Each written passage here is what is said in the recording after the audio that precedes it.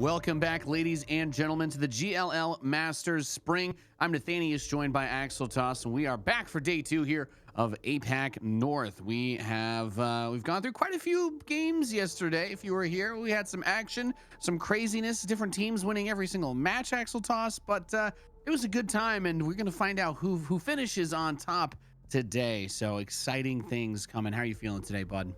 I'm good, man. I'm excited. I'm hyped. Championship Sunday, as they say. Man, what a day to hang out, watch some video games. We have some like super hardcore Apex fans who tune into every broadcast. I'm sure those guys are out there, so it's going to be fun seeing them hang out in the chat. And it's a test of endurance also at the end of the day, not only for us or for production or for the fans, but for the players. And I really like that. Once upon a time, there was a lot of prize money given out to players who would just, you know, play a game of tic-tac-toe effectively, or just spend 30 minutes playing a game and prize money was distributed. But this is really awesome because it's literally 8 hours of competition in total for this final. So 16 matches total. We're halfway through.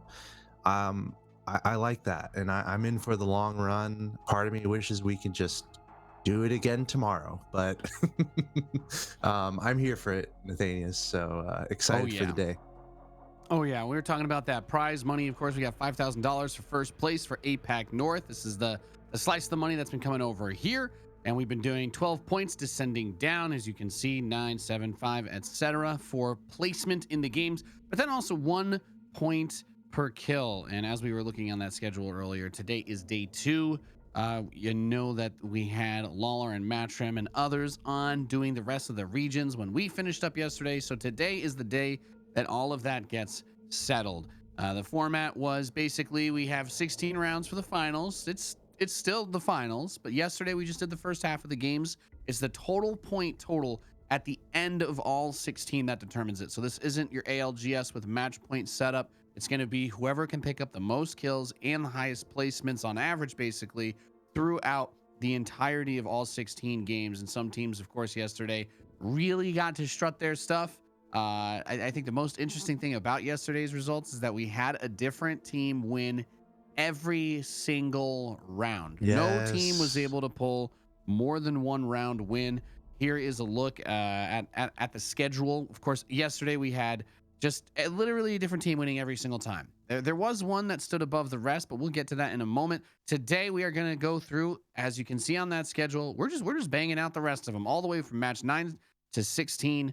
And of course, that means crowning our winner. So by the end of this stream today, y'all gonna know who won APAC North, and that's a good time, Axel Toss. We get to the fun part where we get to Yeah. see who wins, and we get to get all hyped up and excited in those final moments. Yeah, and what a cool region. I'm still of the opinion that APAC North might be the strongest region in the world. And it's hard to determine that right now because there's really no international competition, obviously, because COVID's happening, and it's hard to do that with the way servers work. But these teams are good. It was really fun to watch yesterday. We might be watching like the highest level of competitive Apex Legends out there here on the stream, which is really cool.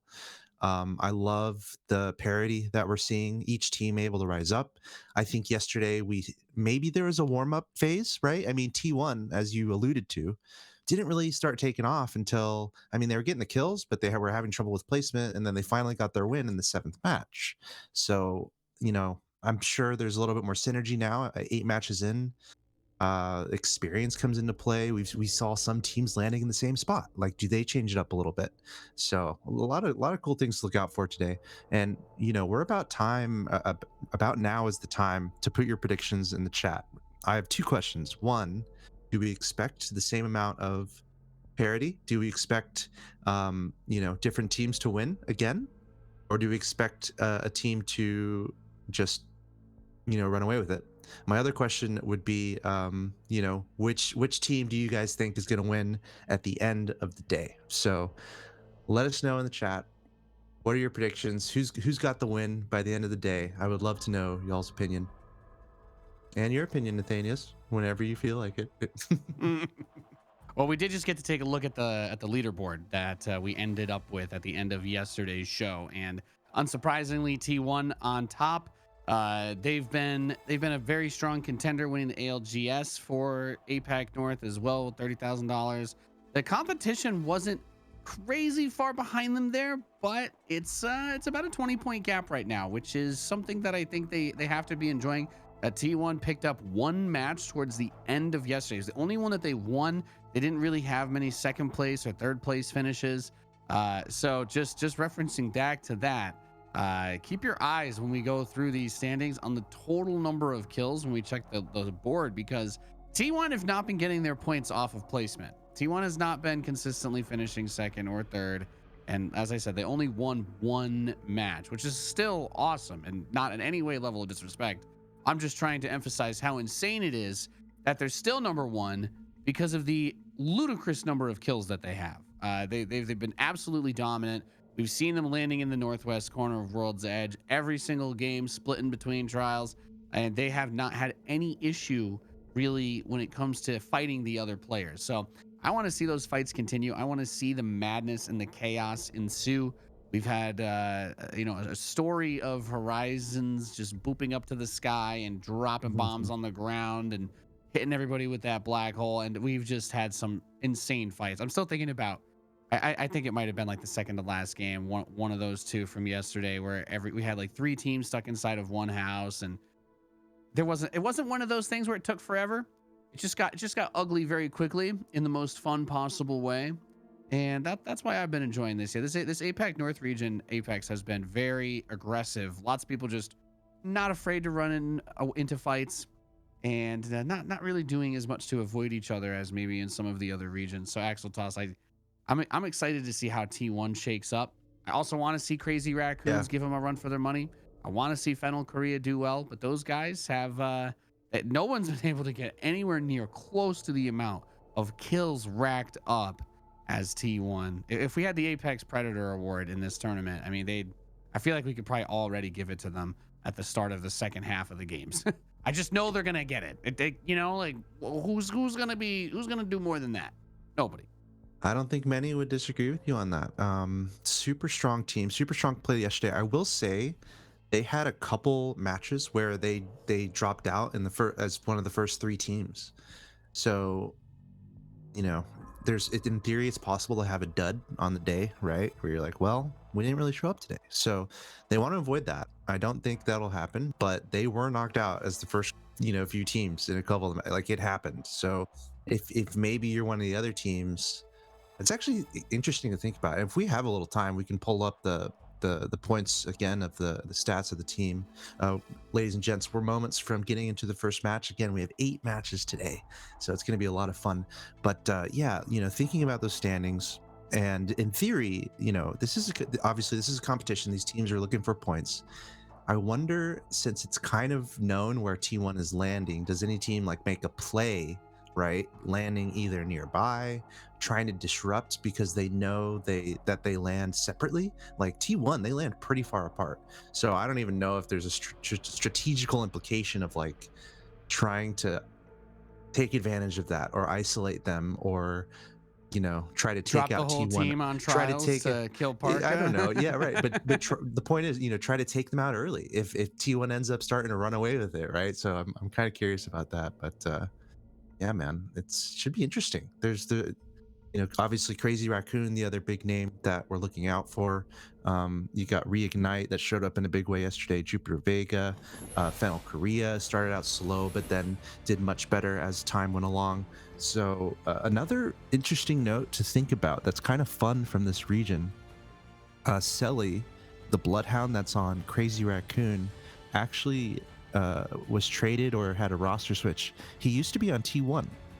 Selly used to be on T1 and is now on Crazy Raccoon. So there's a little bit of a rivalry perhaps brewing between Crazy Raccoon and T1, and those might be the 2 teams. We're about to drop on in the first map, baby.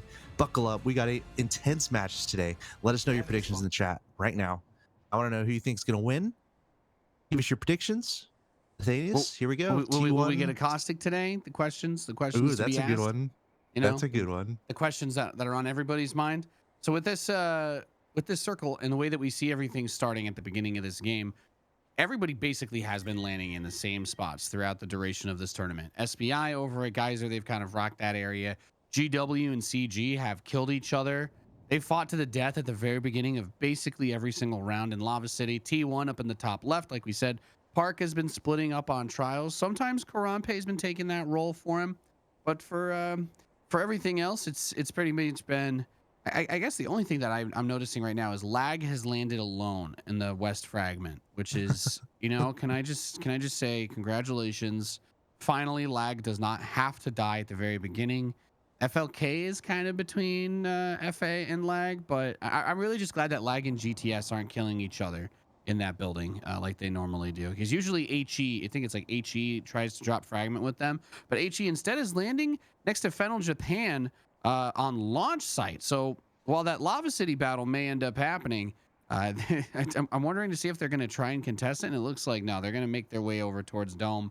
But this is an opportunity, I think, on the tail end while they're trying to make that rotation that HE could be able to get some frags. Just looking at this mini map movement, watching the bacteria move across the bottom of my microscope, I can see that there is an attempt for an amoeba-like appendage to wrap around and consume the enemy here. That's great. Yeah, and we kind of talked about these landings and these choices for these teams, kind of the theory and the strategy landing near the edges of the map. And it's kind of, considering it more for T1. They spread out in the top left, right? T1's in the top left right now, near Lava Fisher. That's kind of where they land, and it's interesting when you like, would you try this in ranked? And maybe you should try this in ranked. Land a little bit spread out, and one of the advantages is if you're able to really scout and listen. That's a lot of area you're covering, and then you're able to hear a third party from across your team in a lot of different. You're able to hear over a large area. So what I expect happens there is they spread out, they listen for shots, and then they, have that communication, maybe come together and decide where to push. Something else that's fun to consider as we were seeing this team run away, it's CG, run away from another team, is, and Nathanius, you know about this, man, like, and you guys in the chat, when you land and you land on a purple shield, like literally within 10 seconds. Oh, and you get the streamer loot. Oh Yeah, yeah. dude, it's probably one of the most like motivating things when you're able to do that. So I wonder if that's an implication too for these teams. If they land on some awesome loot really quickly, they want to be able to push another team very quickly to get them before they're able to loot up. So just fun stuff to think about as far as these teams and how their movement is kind of dictated in the early stages of these matches. Yeah, there's a whole lot of different ways that you can take it, and oftentimes it can depend on what you're falling on. As we've seen, pretty much every team going for some combination of either like a scout shotgun or a Spitfire shotgun. You're not really seeing too much deviation there. We've had a little bit of SMG action, but not really. As we've got 4 teams split across this spot, and it's so awkward. You've got GTS inside of one, you have Team That Jupiter, grenade, dude. Lag in the Wow. other, and then Fennel Korea. And just in case any confusion down the line today, there are 2 GTS teams that are competing here, as well as 2 Fennel teams, Fennel Korea and Fennel Japan. So you'll be hearing us say their names a lot, not just because we're old and have bad memories about who's who, but because there's literally 6 of them instead of 3. We actually got to see the Fennel teams face off against each other. A little bit of a team kill it was yesterday in one of the rounds. Knocked the other out quite early. Very painful to have happen to you from your own organization. That's Battle Skirmishes Royale. here in the beginning, and something we kind of noticed yesterday too.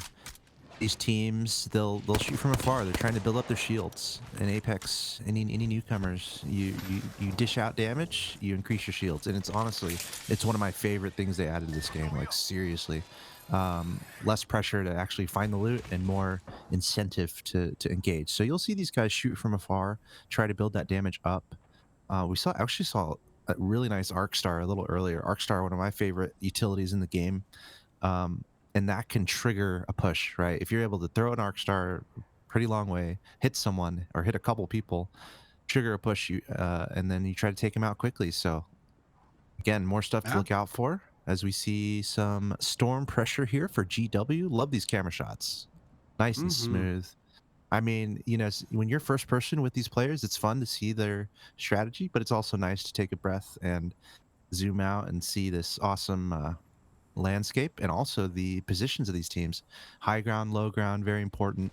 Obviously, yesterday there were a lot of we saw a lot of choke points having to be navigated by these teams. You don't want to get sandwiched. And look at all these teams that have already made their way pretty deep within the circle. That's pretty cool to see. We're not seeing too many teams having to run too far, and that's important.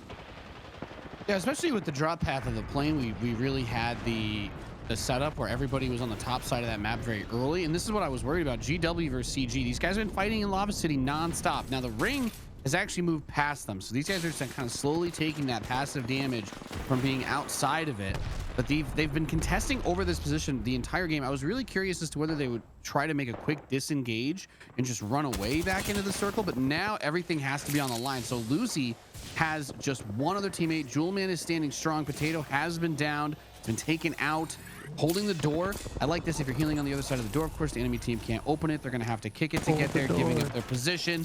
And Suicune tries to go up top to give the flank for Eden and Hollow, but they are down, and he's still taking damage from the ring. So at some point, you have to stop fighting to take a second to heal, and you just don't have that time. GW is going to get wiped super early on. Jewelman's going to be able to pick up Lucy, and first ring damage is, I think, too much to try and take fights in, but for running, if you have med kits, if you have those first aid kits and the syringes, you should be able to make it. However, they still have a fair bit of distance to cover, and let's not forget that next circle is going to close somewhat soon too. Hmm.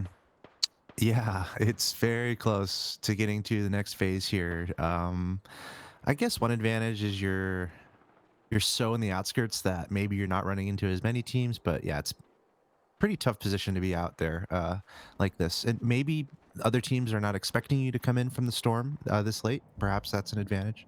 Also, there's no hex protection in this mode here. It's been disabled, I believe, in tournament play, so it's hard to really stay out there too long. So good points all around. We're seeing a lot of um, constriction, if you will, of these teams, kind of minding their own business, picking the houses that they're most interested in, and setting up perhaps some video games before deciding to rotate. There we see Flora being the first to rotate, trying to take advantage of this high ground, and looks like they're hearing a fight in the distance, so they're gonna go in that direction. And it's kind of interesting how passive most of these teams are.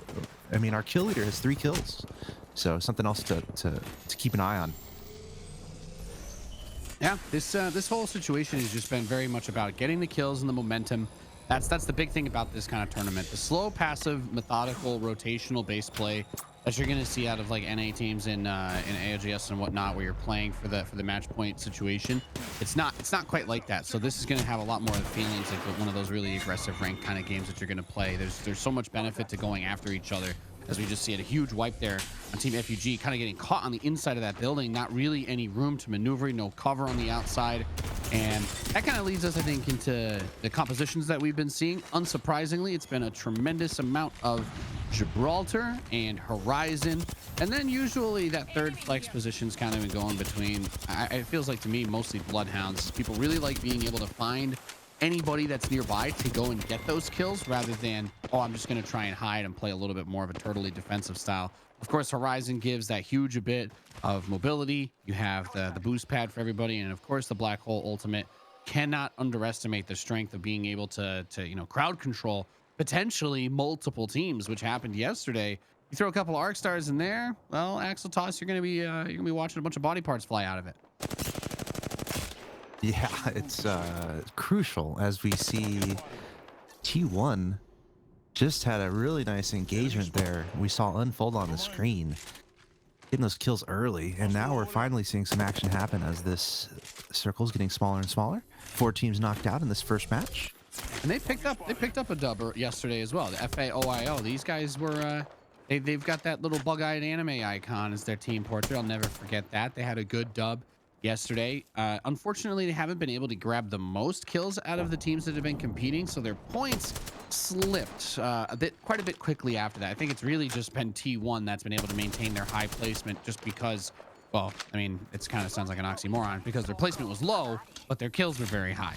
They've held that high place because they've been so aggressive, but good at it. And when you're talking about those situations, and I remember you mentioning this earlier, like, oh, do teams just try to dive on top of those leading teams later on to deny them from getting those points?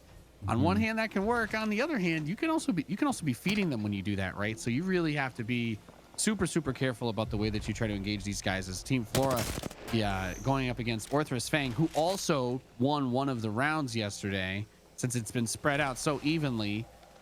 It's very hard to Yeah, call, but this is they're making a lot of noise when T1's in the tunnel. yeah, it's a curious position here. You see T1. T1's under pressure right now. T1 needs to not be where they are. They're going to have to move. The thing is, there's only one way out, and you could see those two teams there just watching that entrance. So T1 in potentially an awkward position. We'll see if they can navigate out of it. And look at over here. This is the Olympic Village. Everyone Is again. everybody still just chilling here? Yeah, just chilling in their houses. Maybe a Nice. bloodhound is like scanning just to freak out the person, their neighbor, here and there. Okay, it looks like T1's having to move. Actually, in the top left, we see Parka kind of splitting away from his two teammates. Looks like they might just deviate and go down south. But Well, I there's still not many think there's options. right. There's no matter what, they're gonna have to like go through a choke point. It seems like, and it seems like there's a lot of teams kind of waiting for that. So T1 a little bit of a tricky situation. The good news is they might run into some more teams and get some more kills, but looks like they might find a way. This might work for them. They're rotating down south, and look at Flora. Flora's kind of still looking for T1. Same with Arthur's Fang. They're kind of thinking they're still in there, but T1 might wrap around and potentially try to fight Flora or maybe knock on the door of one of these buildings. Yeah, I think there's quite a few opportunities here. I mean, ideally, you want to try to push in on two teams that are fighting each other, right? You want to get the third party action because both of the teams would be distracted. It's going to give you the greatest opportunity to get sights on an enemy and start to shoot down range. You don't want them to get the element of surprise on you for obvious reasons. Oh Serpent is no! going to push up on T1 on Wow. their way out. So they're trying to leave through the south exit of those tunnels by Serpent. You can see the black hole from the horizon kind of pulling everybody close.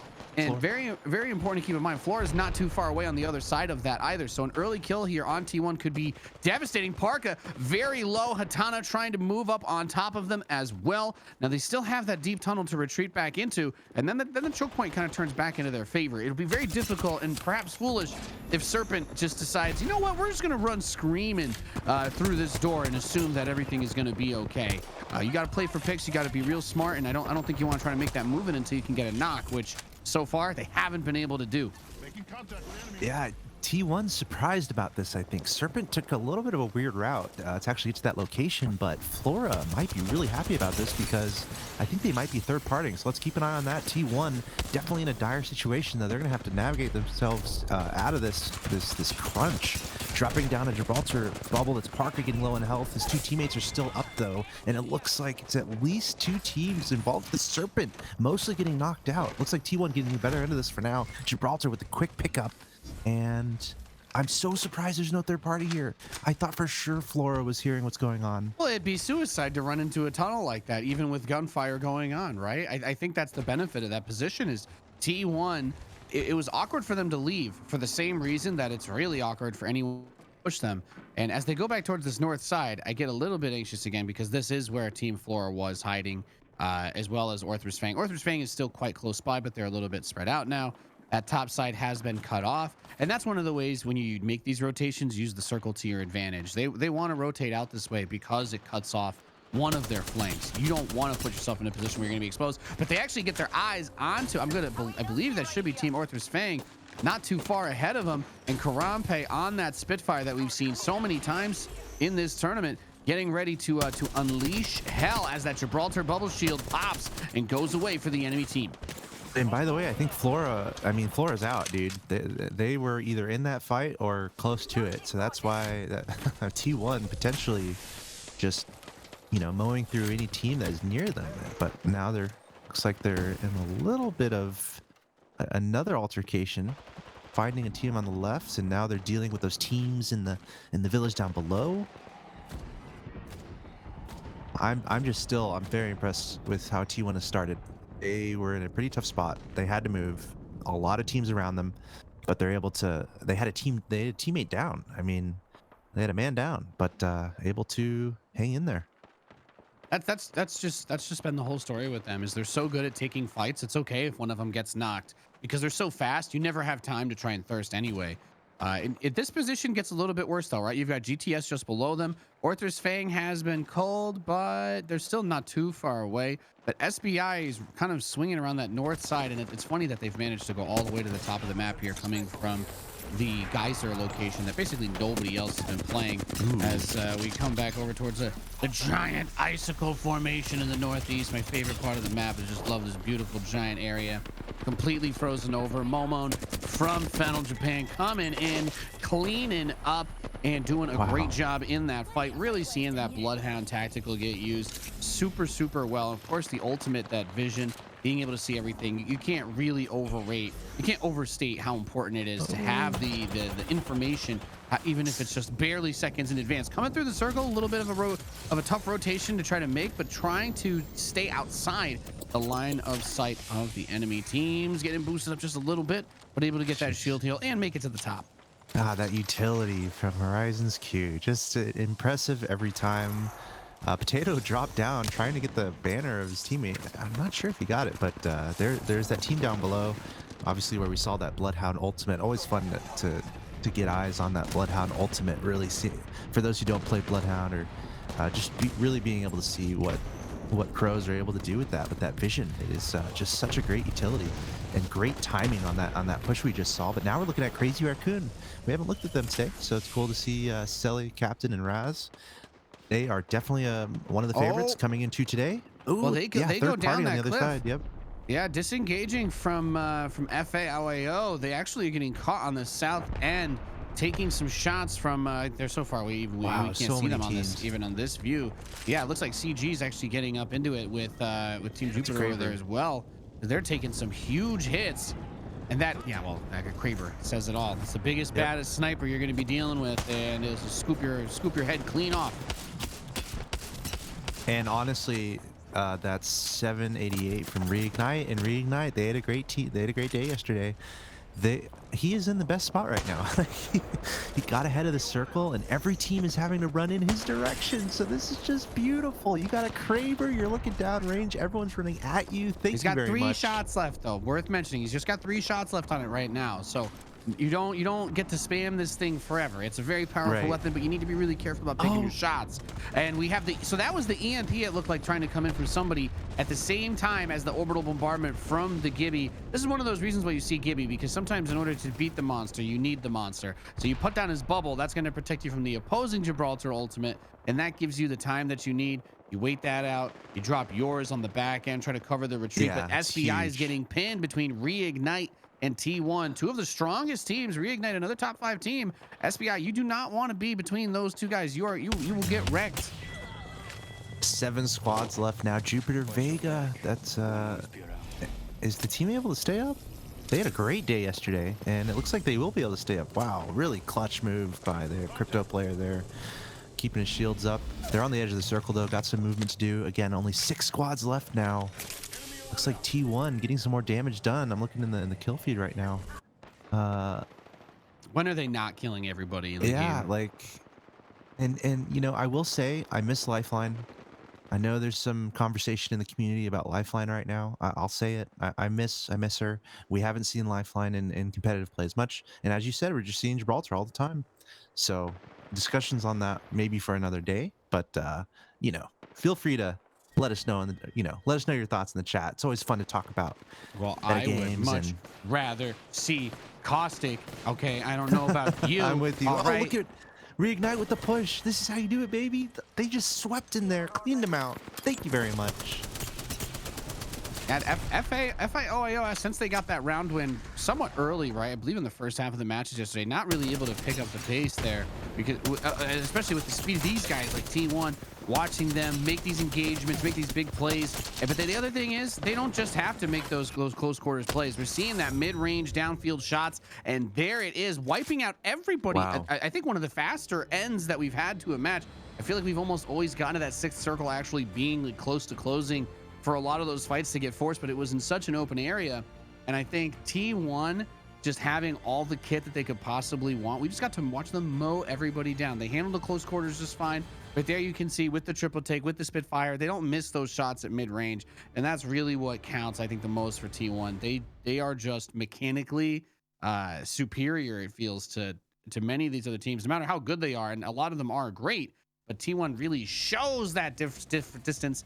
And here in the first game, I mean, they started in first place today, Axel Toss, after yesterday's matches. So we find ourselves looking at them probably going over 110 points here, and I'm not sure any other teams are even close to 100 yet. So impressive from T1, and dude, at the end of that game, it cascaded so much.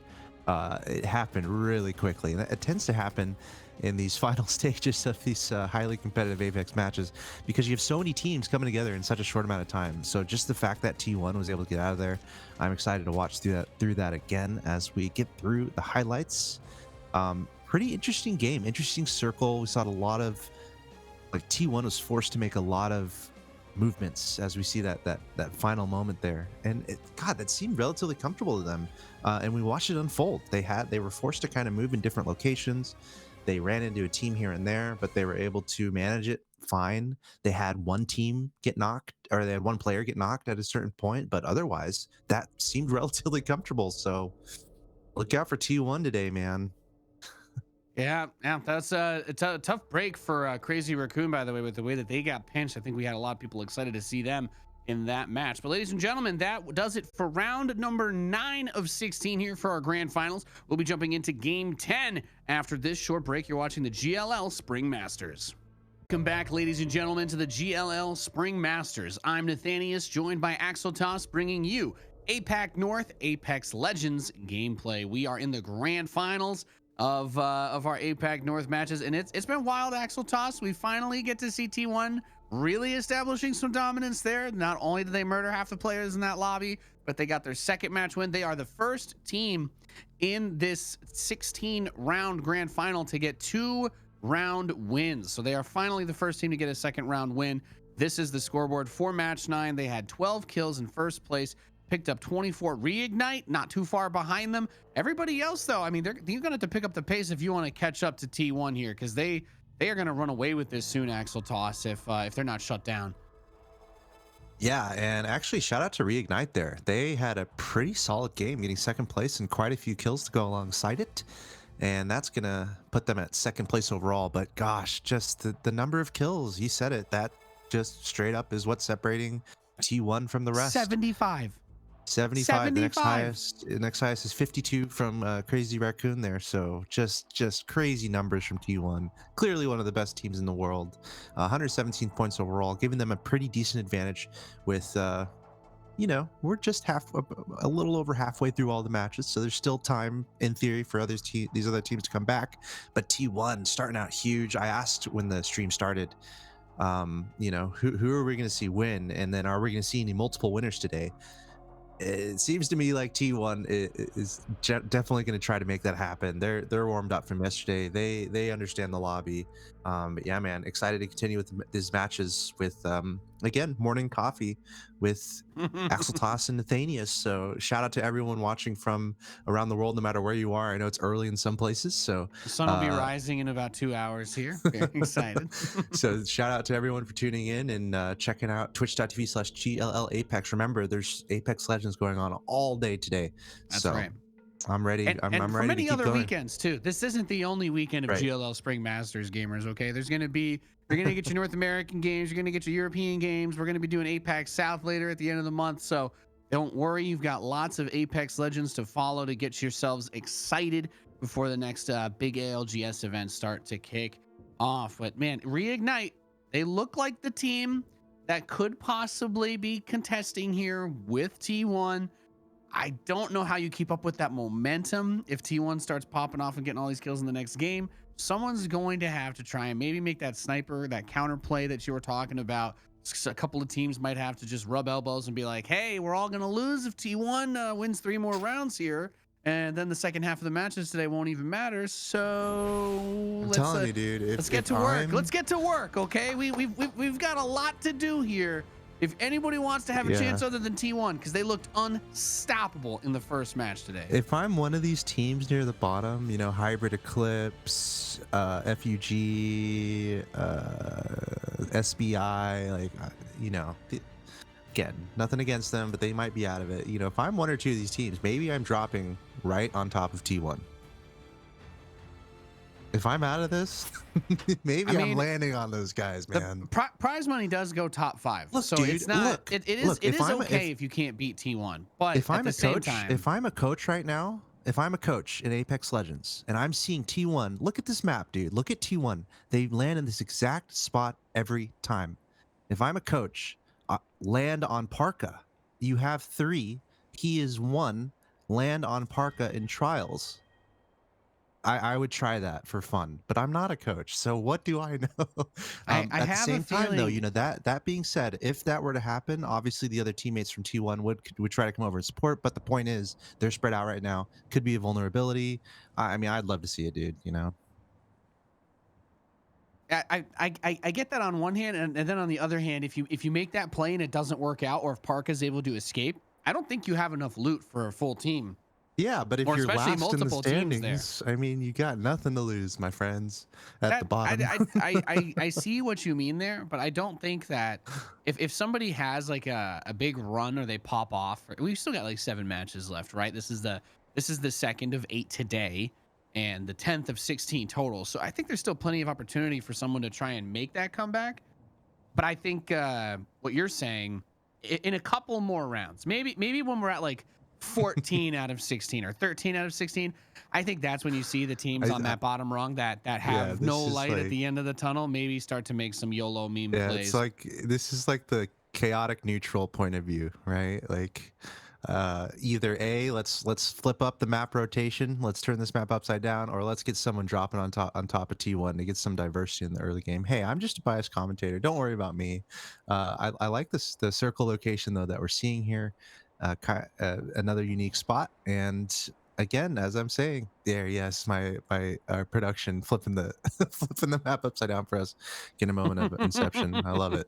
That was awesome. But yeah, I mean, again, these guys are effectively landing in the same spot, so I'm just really looking out for seeing how that changes throughout the day. Hey, if it stays the same, whatever, I'm fine with it. Yeah. Well, I think that the other thing to keep in mind is these guys do take it very seriously.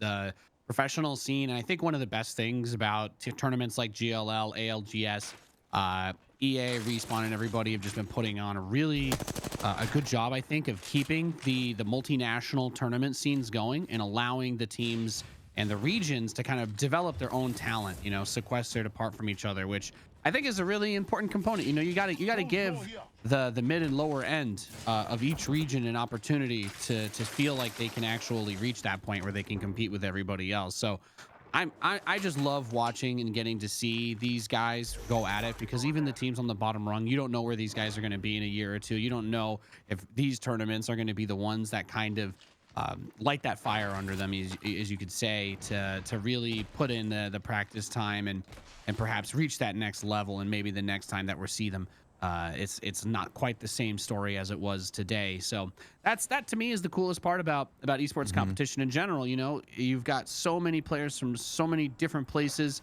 and yet they always keep landing in Lava City to fight each other to the death in these two houses. Axel Toss. CG and GW, they're just like, guys, we were gonna scrim each other, but I guess we could just play this tournament instead. And we're hearing a Bloodhound ultimate that's losing on the roof. Yeah, this is pretty funny. These constant, again, the consistent fights that end up happening when these teams just land in the same spots. So let's see what happens here. Okay, CG against GW. Looks like CG trying to take control of the roof, staying up there for now. GW on the 3rd floor here. It's hard to kind of move up the stairs. Okay, so they're gonna Oh, bounce on the left-hand side of the horizon, gonna try to target down Potato. 3-on-1. He's gonna try to run away, and here comes the support. yeah, they're kind of waiting. That Gibby shield went away as they were making their way up with that horizon, and the boop up. But at the same time, it's important to keep in mind that if everybody takes it together, the bullets don't need to be as accurate to hit somebody. So that's a lot of damage that gets sprayed into their team coming up. And actually, HE is here for the Yeah. third party. So GW and CG both drop to the bottom. HE, they are, I believe, I think they're like bottom 5 or bottom 3 in points overall in the tournament. So these guys really might be already in that situation that you were talking about, where you just go no holds barred, right? You just go plus ultra 110%, leave it all out on the field, and try to see if you can actually make some sort of a statement. If not for the sake of the tournament, then for the sake of yourselves and your organization. You want to feel like you came here and made something happen. Hollow, however, with that Eva 8 says no. No, Hollow, excuse me, Hollow with the Mastiff and Eden with the Eva 8. They go for a full shotgun showdown against GW or excuse Meanwhile, me, CG. meanwhile, we got that was super strange. Okay, this team just on top of each other. Fennel coming in here. At first, I thought it was just like one player, but it seems like the whole team If Fennel is get the next involved. third party in, Yeah. some of CG is still up top here though. So they pushed in. So HE got cleaned up by yeah, no, it's just getting crazy, right? HE gets cleaned up by GW gets cleaned up by FL. Now FL and CG going at it. Inside the structure, Jewel Man is down. Lucy and Potato missing both of their shields, getting that regenerated though. Just an alternator with a level 1 magazine though is really not the firepower that you're kind of hoping for in these situations. The damage output's not quite the same as getting somebody up close with that Mastiff that we were looking at earlier. And I think you're scared to get up close because there were a lot of shotguns. They may have been picked up by FL on their way in here. So I guess that extra level of aggression is already starting to show itself. 3 teams going to die at Lava City well before the first ring even. I mean, honestly, they were dying before the ring even started to close, it felt like. But they've got a huge amount of Yeah. It's momentum not at over least either. coming out of here. This fight is not over yet either. Shout out to CG, somehow staying alive throughout all of this, but I think the party's about to be spoiled for them. Is this Fennel that's still alive? We're about to see it. I mean, are there still 3 teams involved here? Let's see, that's Potato. He's trying to just employ evasive tactics, trying to stay away, but he's being pursued. And there must be a teammate somewhere. Gosh, he's so good with being evasive. It's such a key element of being good at Apex Legends. Can you have that map knowledge, that terrain knowledge? Can you stay alive in these dire situations? Potato just showcasing that right now, but can he get out of this alive? Yeah, at some point you have to ask yourself whether it's worth it to try and make a run for it, grab the banners and go, or if you're actually going to sit here and try to take on what could potentially be that 1v2, 1v3. Whether or not you've gotten picks on the enemy team, do you think that you have do you 100% know how many players are there? Were they aware of how many survived from when they came in and got the third party attack done earlier?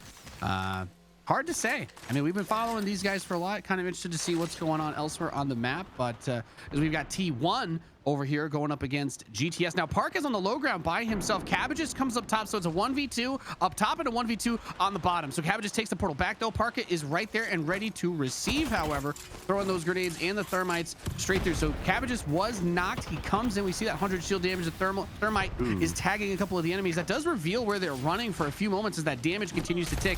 Now, you can kick the door open, have one other person playing point man, and that is Karampe. There's the slide through. Parka coming up with that vault and going to be mopping up a few of them. Cabbages is not able to get away. Brasidian, neither him. And maybe if you get the portal up to the top, you can do something. But actually, Orthur's Fang is just waiting there. Go through, no? Even if you could have made it through the portal to try and run, it would have just taken you to your death regardless. Wow, what honestly, what a great engagement there from T1, and we're seeing just the effectiveness of grenades. You know, some people might not like grenades as much or favor having some more ammo in their inventory, but we saw the effectiveness just there. That thermite dishing out so much splash damage, just juicy damage there for T1. And once again, another clinic of you know, how to take these fights. They got that fight done. They got it done quickly. And that's important because you know a third party is always going to be looming. I'm a little bit surprised Orthosfang didn't push that, but they're going to play it a little bit safer. Maybe they feel they have the high ground here, and they're going to let the fight come to them. But T1 doing a great job. Something I was thinking about also was, you know, the kind of the incentive to take fights and maybe, you know, we saw that crazy sequence a little earlier in this game of just the fights, the third parties continuing to happen. There might be a bit more of a sense of urgency here to jump on fights and get kills. Really looking out for those third parties because we're getting to the end of this tournament. We see how important those kills are, and we see T1 running away in that kill count. So I wouldn't be surprised if these teams really a little bit more actively listening for those fights and a little bit more urgent to get involved with these fights to try to get these third parties so that someone can try to catch T1 in that kill count. Yeah, I think for T1's sake, the smartest play is you want to play for placement now instead of kills, because as long as they get any kills and they keep this momentum and they don't get eliminated early, it's going to be very hard for anybody else to catch up with them, because they don't just have to finish high. They need to start to get a lot of kills if they want to get anywhere close to matching the kind of production that T1's been having. And we've had a couple of these games end on thermal, so these teams have gotten quite comfortable with holding this position. We had at least like 2 or 3 circles end by thermal yesterday, so unsurprising that we have the team up top trying to hold the center, have a team on the bottom. FLK, Fennel Korea, Younghee coming out, puts the bubble down, has as much as he can to try and defend this. Minsun going for the flank on the side with that Bloodhound ultimate, but taken down rather quickly. Got to a sliver of health, tried to slip out, but unfortunately was unable to do so. Dogma going for the shield battery, and there's just a grenade hail coming out from Younghee, trying to create a little bit of space, buying that time for the teammates to get his res up as they're going to get tagged by that radar. CVA Tantan coming over on the other side, teammate down by the item barrel, and he's going to be able to use that cover as they clean up Fennel Korea. So a big pickup there for CVA Kagoshima, as they have managed to pick themselves up a couple of kills, and not a bad fight. I think pushing thermal still going to be very difficult, but at least for now, they're playing gatekeepers. Yeah, it was a really impressive engagement, especially the shots we were seeing from Fennel Korea were really solid. Like that triple take can be so strong, but here's T1 coming in there. There we see the Gibraltar ult, Parka, the Horizon, using that Q to that high ground and try to find Orthros Fang down below. They're in a dire position. This is T1 looming on you. T1 has the high ground. I'm not feeling too good about Orthros Fang right now. They've got to be careful. There it is, the black hole from the Horizon. It works through anything. They're trying to get to the teleporter. They're trying to use the portal to get away from the black hole, and I kind of like that cute maneuvering. They find themselves back in the same spot, and T1 Parka making his way forward. I mean, I'm going to be honest. At this situation, if you're T1, you're thinking, man, these guys all keep hiding in the same spot where we just killed everyone else. I love that we get to practice our engaging people, turtling in buildings, and they do a good job of that so far. They get the down on Dav, and it looks like one of them able to make it away through the hydro vent, but at the same time, even with that boost away, you know, having your teams kind of picked away slowly like this is exactly what T1 needs. Take it slow. There's no reason to force anything. You want to get as late into these games as you possibly can. Pick up whatever kills come your way, sure, but as long as you're not trying to force some sort of boneheaded fight in the first couple of minutes and you're, you know, team number 18 that gets eliminated, you're going to be happy. I think they're going to be able to maintain that point pacing that they've been able to make so far. GTS kind of stuck on the underside of this bridge. Not a whole lot to work with when there's a couple different angles from above the enemy can shoot you at. And also potentially hear the res happen. That's a source of nervousness, perhaps. Obviously, you folks playing Apex Legends at home, make sure you got that volume up nice. I've been jump scared though a couple times in this game. That can happen, but obviously listening is integral. GTS though, they're gonna have to take this fight, able to get the res up, but let's see if they can survive. It's a really cute engage, honestly. So Tethy uses the black hole to force a disengage, kind of in a way. The bubble shield got dropped before the enemy team actually came down to try and kill them. So they were thinking the Gibraltar shield goes down first, cuts off the heal. They can all run down without getting hit. But that's where that black hole was really good. Pulls everybody out of the Gibraltar shield so that they can actually focus on the fight and get those frags. Now, Team Jupiter Vega going up against T1. Team Jupiter's been pretty good, but T1, well, they're on top for a reason. It's going to be a tough fight for them regardless. It seems like today we're always saying we're seeing T1 a lot, and that's probably on purpose from them. They're on fire this morning. They coming out strong, win game 1, and now they're taking every fight and they're doing well in these fights and they're getting a lot of camera time. Maybe they just want the camera time, Nathanius. They got those minute obligations. The more they're on camera, the more the sponsors like it. So here they are on camera all the time because they're just so good at this game.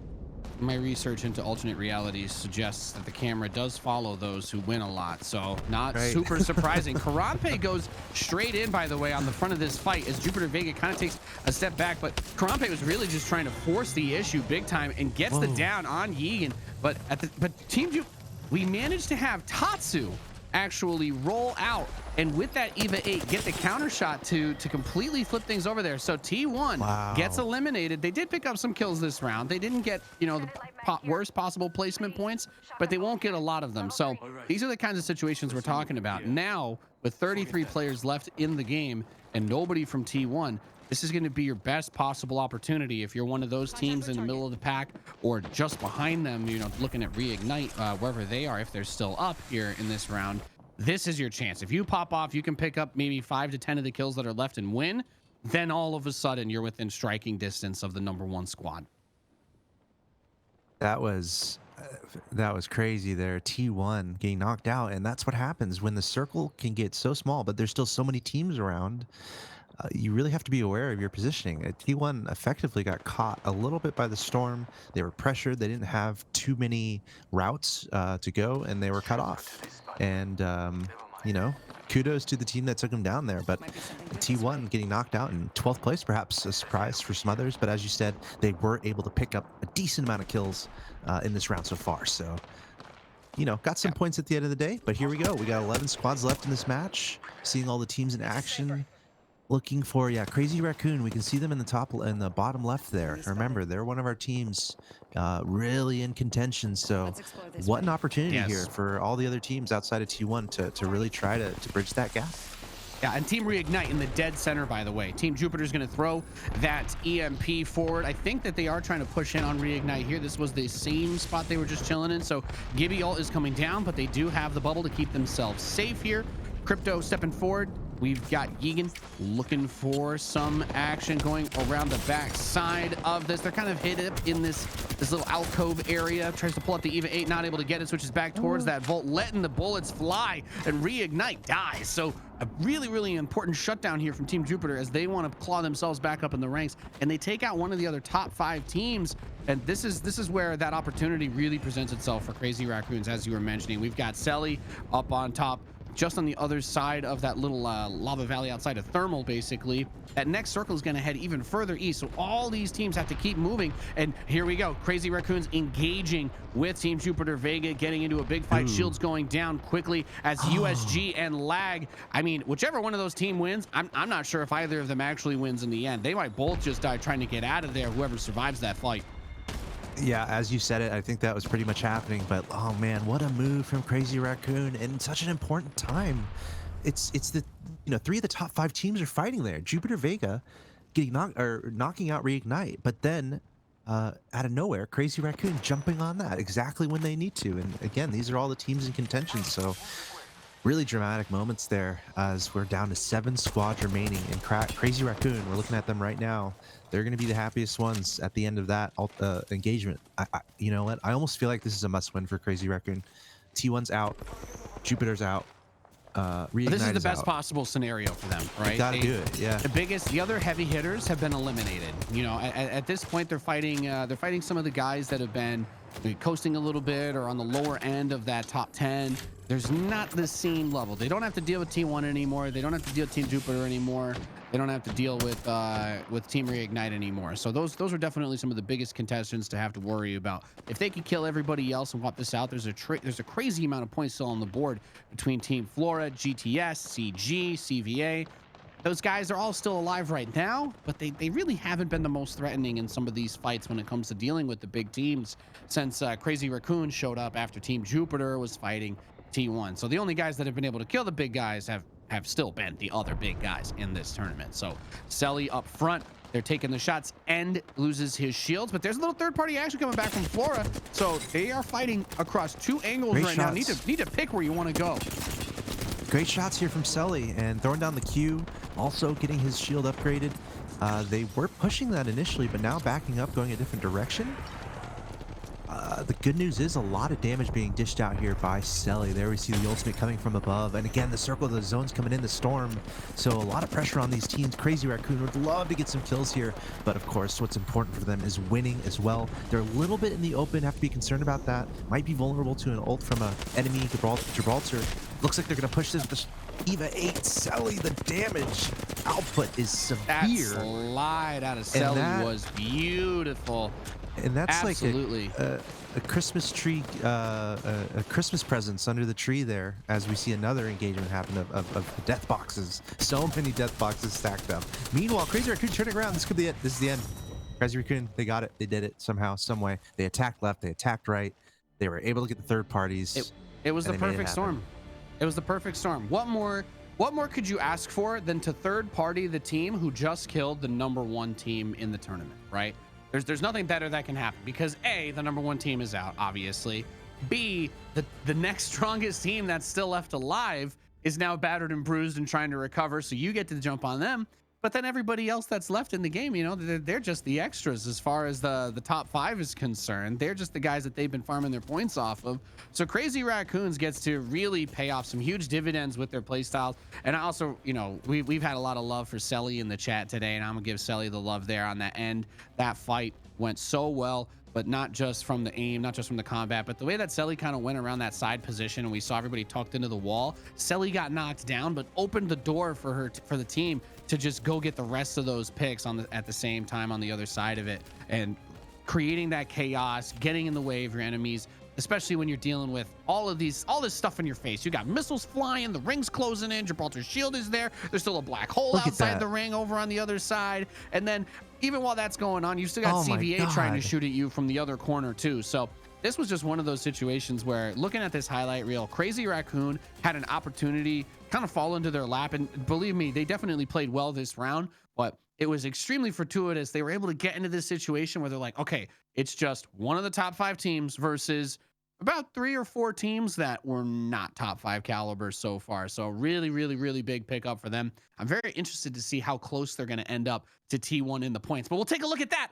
after the break. We'll be right back with more GLL Spring Masters for Apex Legends. Welcome back, ladies and gentlemen. And Crazy Raccoon finished that too fast for the casters to even really call it as a fair way to describe the way that It's game true. went, because if we were following the fight, but the problem was, between us and the observer, we could only see so many things at once, but they were actually fighting 2 teams at the same time, actually 3, because they killed Serpent and CVA while we were watching them kill the other team in that poor little corner. An absolutely filthy, as I like to call it, a dumpstering perhaps of the Yeah. enemy in the second round that we've had today. So here's the scoreboard for match 10. Crazy Raccoon bags themselves 23 points, and I think they started the day at 77, so they are going to be over that 100 mark now and within striking distance of T1 as we look to see who is going to be at the top at the end of the day. Not to mention, of course, that T1 still picked up a couple frags in that match. They didn't really get the deep placement. We've talked about that kind of being their weakness, and they're still up 121 points to 103. I would say that's a nice safety cushion. Yeah. And you know what? I'll go one step further, Axel Toss. It's nice to be up about 18 points on second place, but it's really nice to be up over 20 points on third place. That is a huge gap to cover for Reignite. And I mean, they've been no slouches themselves. Yeah, and at the same time, T1, they only got 4 points, I believe, from that last match. So it is possible for any of you guys who like rooting for chaos or like rooting on the underdog in March Madness. We All can the call Jets this April fans out Madness. there.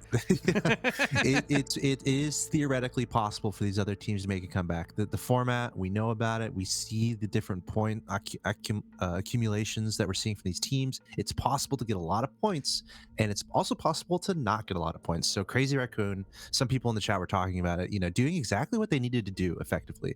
These teams know what they have to do. They know how many matches are left. This is the last day. Crazy Raccoon was very opportunistic there. You're probably looking at the kill feed, and you're like, okay, T1's in a fight, perhaps, and you're listening for a fight, or you see T1 is knocked, or you see T1 is out.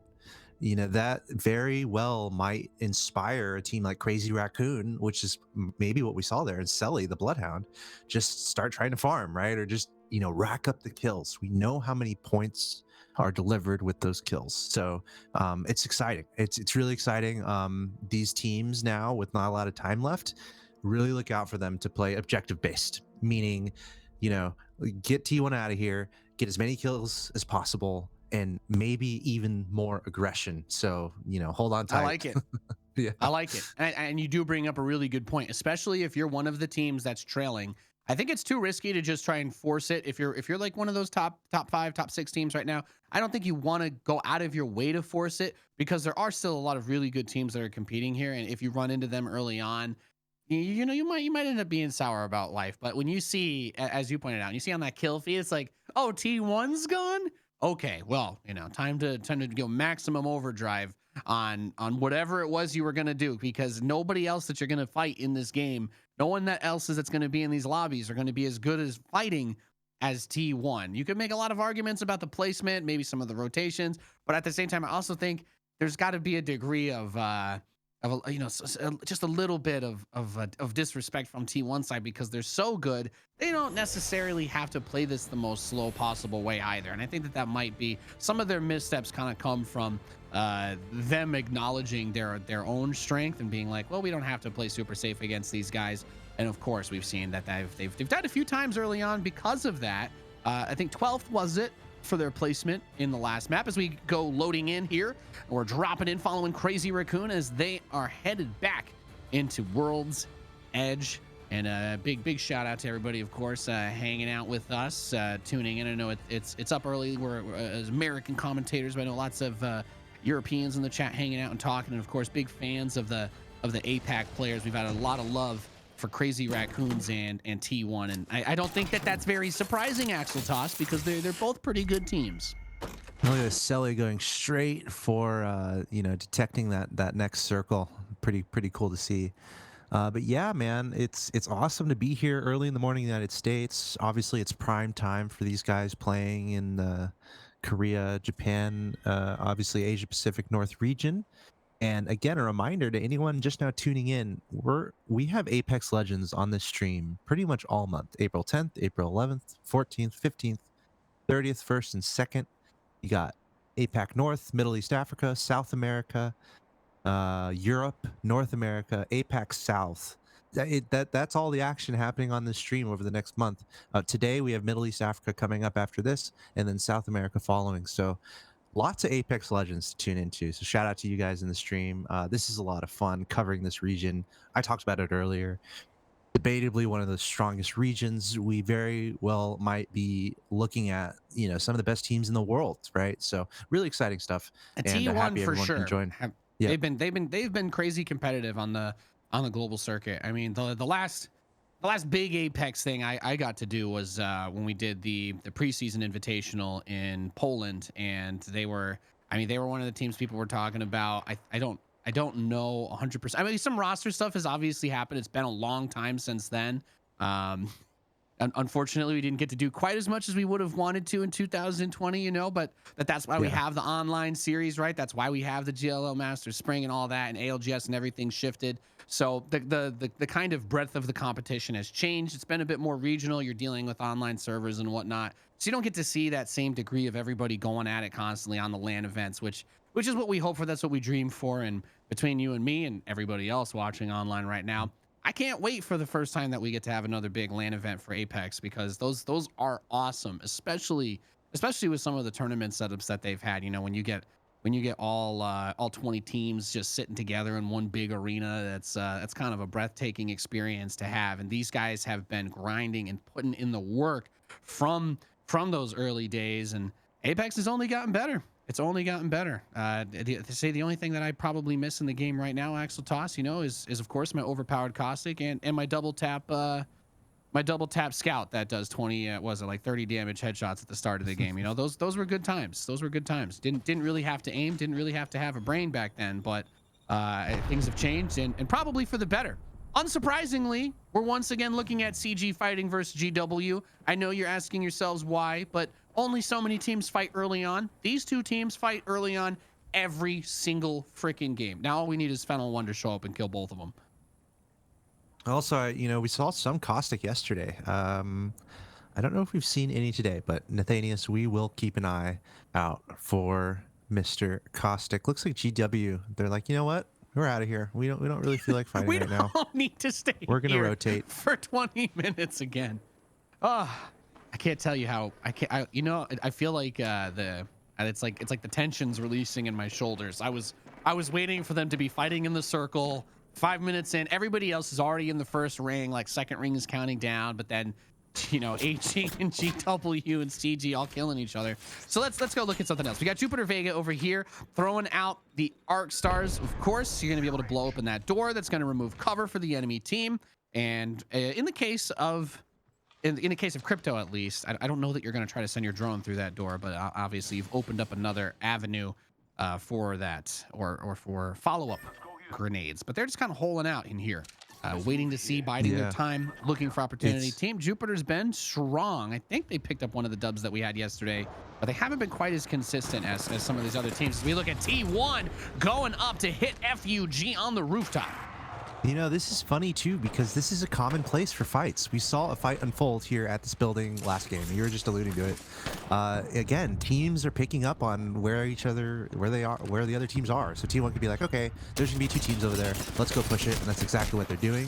However, they're not third partying this time. They're just going straight after it, since we just saw that other team scurry off in the other direction. But the engagement's going to happen on the roof. You got to think T1's going to come out on top here already. FUG, dire in the health department. 2 men potentially down. Only the Gibraltar is up. T1 looking to be in business. Don't worry, my brother. Well, I mean, we say that, and then things start to get interesting on the side of Team FUG, as we've got the reses coming up over here. They were able to take that in the way that I believe that they kind of needed to. I thought there was at least one more up for sure, but no. What we just saw there was FUG taking out T1, and that was T1 pushing on to FUG. And someone in the chat literally just said it like some sage or something, able to predict these things, saying a couple bad matches in T1, or a few bad matches in T1, suddenly they might not be at the top anymore. So what a crazy event to unfold. T1 initiating the fight and then melting away. Yeah, I think it's worth mentioning that, at least in the case of T1, they are only concerned about a few teams. Most of these teams can't catch up to them, and I think like their worst case scenario should be top 3, which that's really not a normal worst case scenario.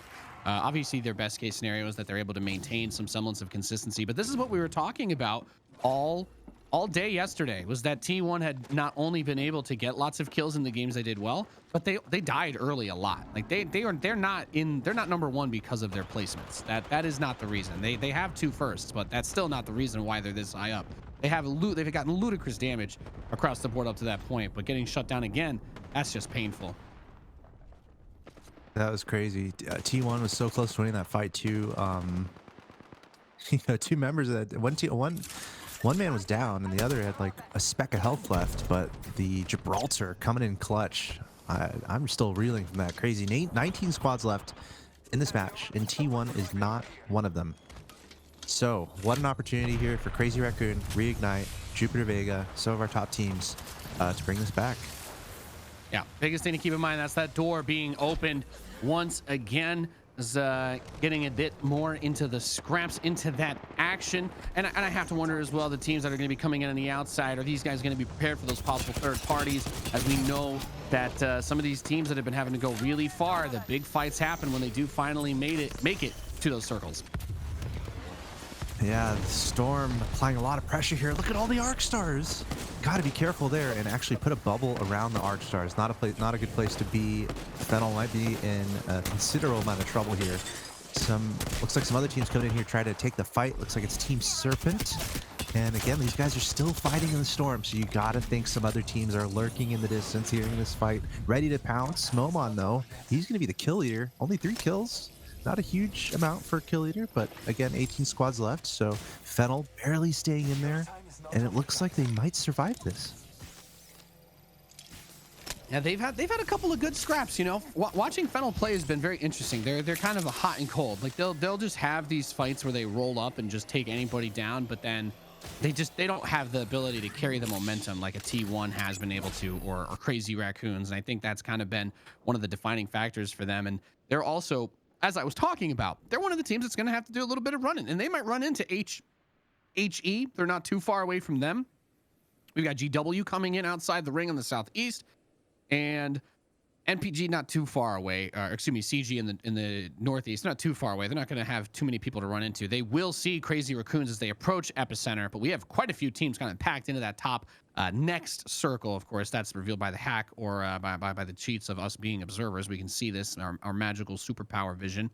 And that's CVA in there alongside with GTS. Jupiter, Vega, and Orthrus Fang are hanging out very close to each other. I think that's a similar setup, right? With those 4 buildings that we were looking at in the first round, kind of have a bit of a standoff. There's not really any reason for them to try to engage each other because it's like sharks. You know, these guys might all want to fight, but as soon as one of them gets cut and starts to bleed, everyone else is going to go into a feeding frenzy. So you do not want to be the first team to have your shields peeled off or to get somebody knocked down, because then all of a sudden everybody else is going to be looking at you to get that thirst and take down the rest of your weak teammates who are alone. Never a good time. And we go back to FUG coming up.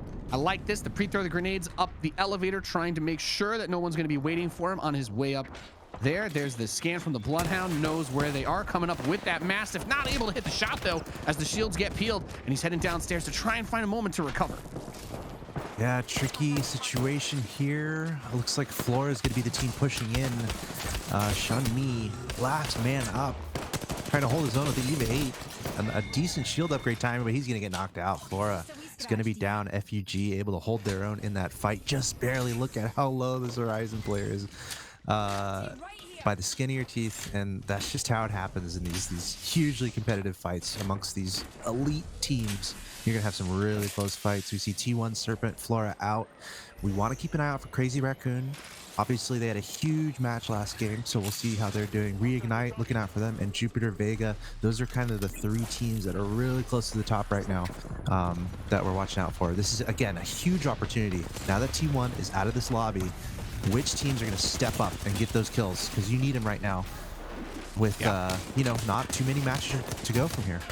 It's definitely a motivating boost to know that you're not going to have to run into T1 as HE and FUG getting into the fight in this building. HE's been a super aggressive team to follow this weekend. They haven't really had that success, and I dare to say they haven't really had much success at all. They're one of the bottom teams, but they've kind of just been YOLOing into every fight they can get, and we finally get to see it pay off right before our very eyes as they take down FUG. They're going to finally get themselves a few more points, and at some level, you're also playing for your pride. Even if you are one of the bottom rung teams here, you don't want to finish 20th. You don't want to finish 19th. You know, even if it's like, okay, well, if the best case scenario for us is 12th, I'd rather have that than 20, you know? So seeing them come up, kind of bring that aggressive tenacity, that's I think what the spirit of competition is all about. It's not giving up. It's not taking an L on the chin like that when you know that you've still got a little more fight to give. Selly, if you know Selly, you love Selly.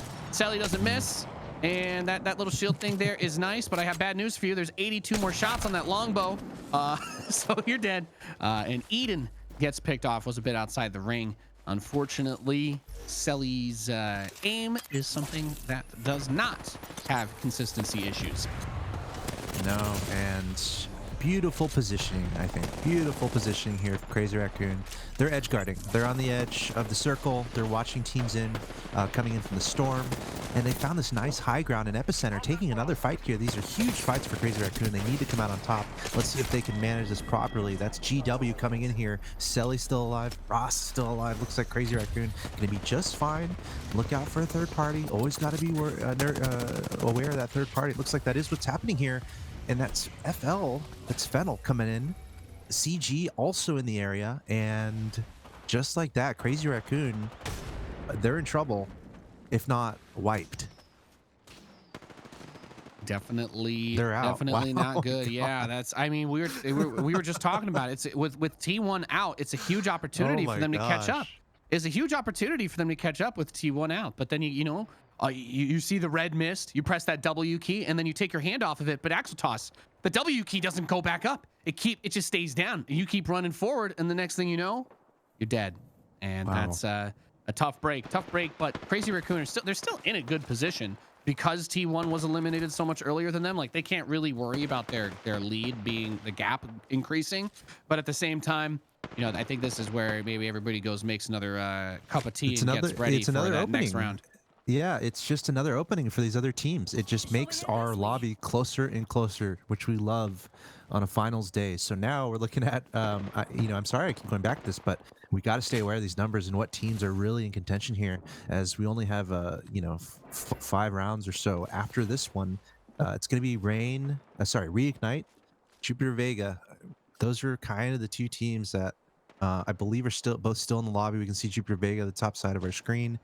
We see Reignite over there in the top right, thanks to this wonderful observing. But again, this circle location is really interesting, Nathanius. I don't think we've seen a final circle in this area yet in all of our rounds throughout these matches. But going into this like tunnel system is going to this is going to create some really gnarly fights at the end here. First of all these teams that we just saw in those buildings, we're going to see if the circle goes in that direction. If it doesn't, they're all going to have to bail. And if this ends up in these like narrow channels, this might be a pretty hilarious ending to the round. Yeah, I think we had the circle's a little bit similar to the game that T1 was able to win out, but I mean they're not here anymore, right? So you've kind of got a bit of a different situation going on with regards to anybody getting stuck inside. You take PS Black hanging around the south side entrance of that tunnel, kind of sliding down, and we can see Cabbageist. We're taking a look at him, so getting some eyes over there. As Brescian is going to get knocked down.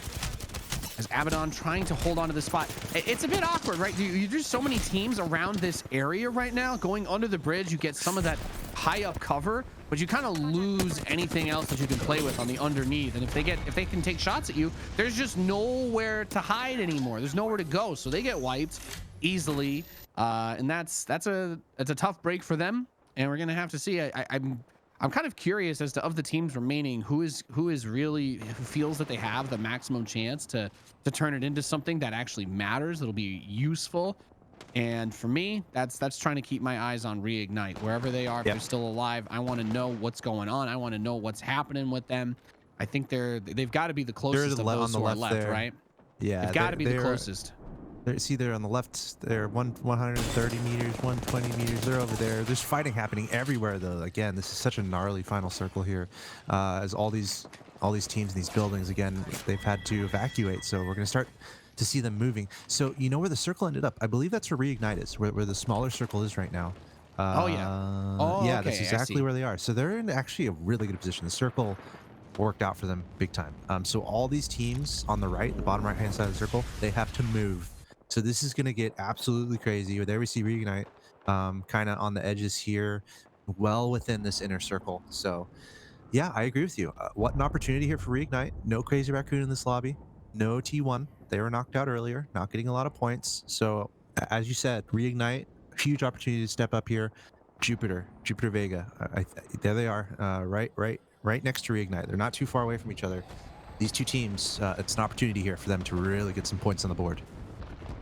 I don't think you want to give up too many of your chances if you Reignite to third party a couple of these fights, though, because as safe as their position, yeah, exactly, as safe as their position might be to hold out, I do think that they want to get some of these kills, because that's what we're talking about. It's about the gap. You can close the gap. It can't increase once those teams that are ahead of you are eliminated, like T1 and Crazy Raccoons.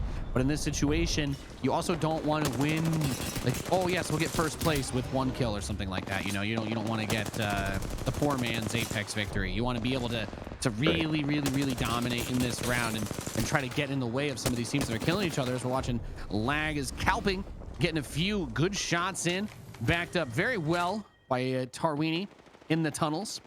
And look at the situation with Team Jupiter Vega, right? If Reignite was able to get some shots and see them, I feel like they might be a bit focused on Fennel right now. But as that Gibraltar bubble goes away, they're just free pickings. And then you got SBI who've been hiding on the tops. I mean, we haven't even seen them. They've basically been chameleons cloaked into the ground. An ultimate coming in, and they don't have the Gibraltar bubble available anymore. Jupiter Vega, they are in dire straits, and look at this, SBI just jumping on them.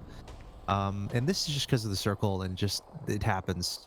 If you're not already in the circle in the late stages of these games, you're potentially running in on 2-3 different teams that are shooting at you from all different directions. So not a whole lot Jupiter Vega can do. Here's Reignite again, huge opportunity for them. They're going to try to pursue this team over, 1 player down.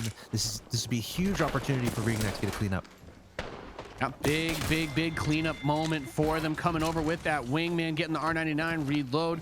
Only has that level 1 extended mag, so you're not getting the reloads quite as fast as you want. Looking for the armor swap, does get it. So able to refresh and re-up on those shields, incredibly important. I think that's one of the coolest mechanics when you get into these big fights in Apex. Even in the middle of that fight, if one player can get thirsted down and you can grab those shields, that quick instant full shield regen just from grabbing it rather than trying to use the battery or the cells is it's just one of those difference makers that when you look at the best of the best, you're going to see them never miss those opportunities. They're always going to take what they can in the middle of the fight, even though there's bullets flying at them. They don't miss those chances. And now we've got a strong reignite. Fennel Japan making their way towards them, but they're not too far off from GTS. Yeah, and SBI is still here. So Moment, there's the Beast of the Hunt coming down towards its end as the Gibraltar bubble pops. Too. And we've talked about it. There's not a lot of cover here. That EMP destroys the shield. So now push back in from the ring closing it too. He's just going to try and stick the res as they were able to pick off the enemy players, and reignite is actually kind of lending a bit of an assist, shooting out towards them too here with that high ground spot. And we are approaching the final moments of this game. Just 2 more squads remaining, so we've got 3 total. Sorry, I'm getting a little biased here talking from reignite's perspective. 2 more. Dude, if Fennel can pull this off, it would be insane. Momon with the kill lead right now, trying to make it happen. The Bloodhound there, but reignite, this is their match to lose. That's what I believe here. Reignite, they've got to win this. They're so close in the standings to being in contention. Reignite, they have that mentality right now. I'm sure they're looking for kills, they're looking for the win, and I dare say they're in a good position to get it. That's a good spot. We've talked about how being pinned down here it's awkward because yes, it's some cover. Yeah, it's gonna stop maybe like a Gibraltar ultimate or something like that, sure, but you have such a hard rotation situation to deal with. As we see 788, he's already peeled the shields off of Pino at least once, and Momin and Kurihara. Look at him. He's kind of adjusting around the south side. He's waiting for them to try to peek out because of that low ground so that Dizzy Miss Lizzie can hit some long shots, and Rig 788 can get some good close backstab shots because they're not going to be able to look at the top of that bridge from the underside. There's really no way to get good vision of it, and that ring is just forcing them into such an awkward spot. But the GTS is keeping reignite honest. They don't have the easy opportunity to try and step out and take this fight because it's going to expose their flank. Yeah, awkward for Fennel right now under this bridge. Reignite has the high ground here. GTS trying to stay sneaky. This is like rock, paper, scissors almost, right?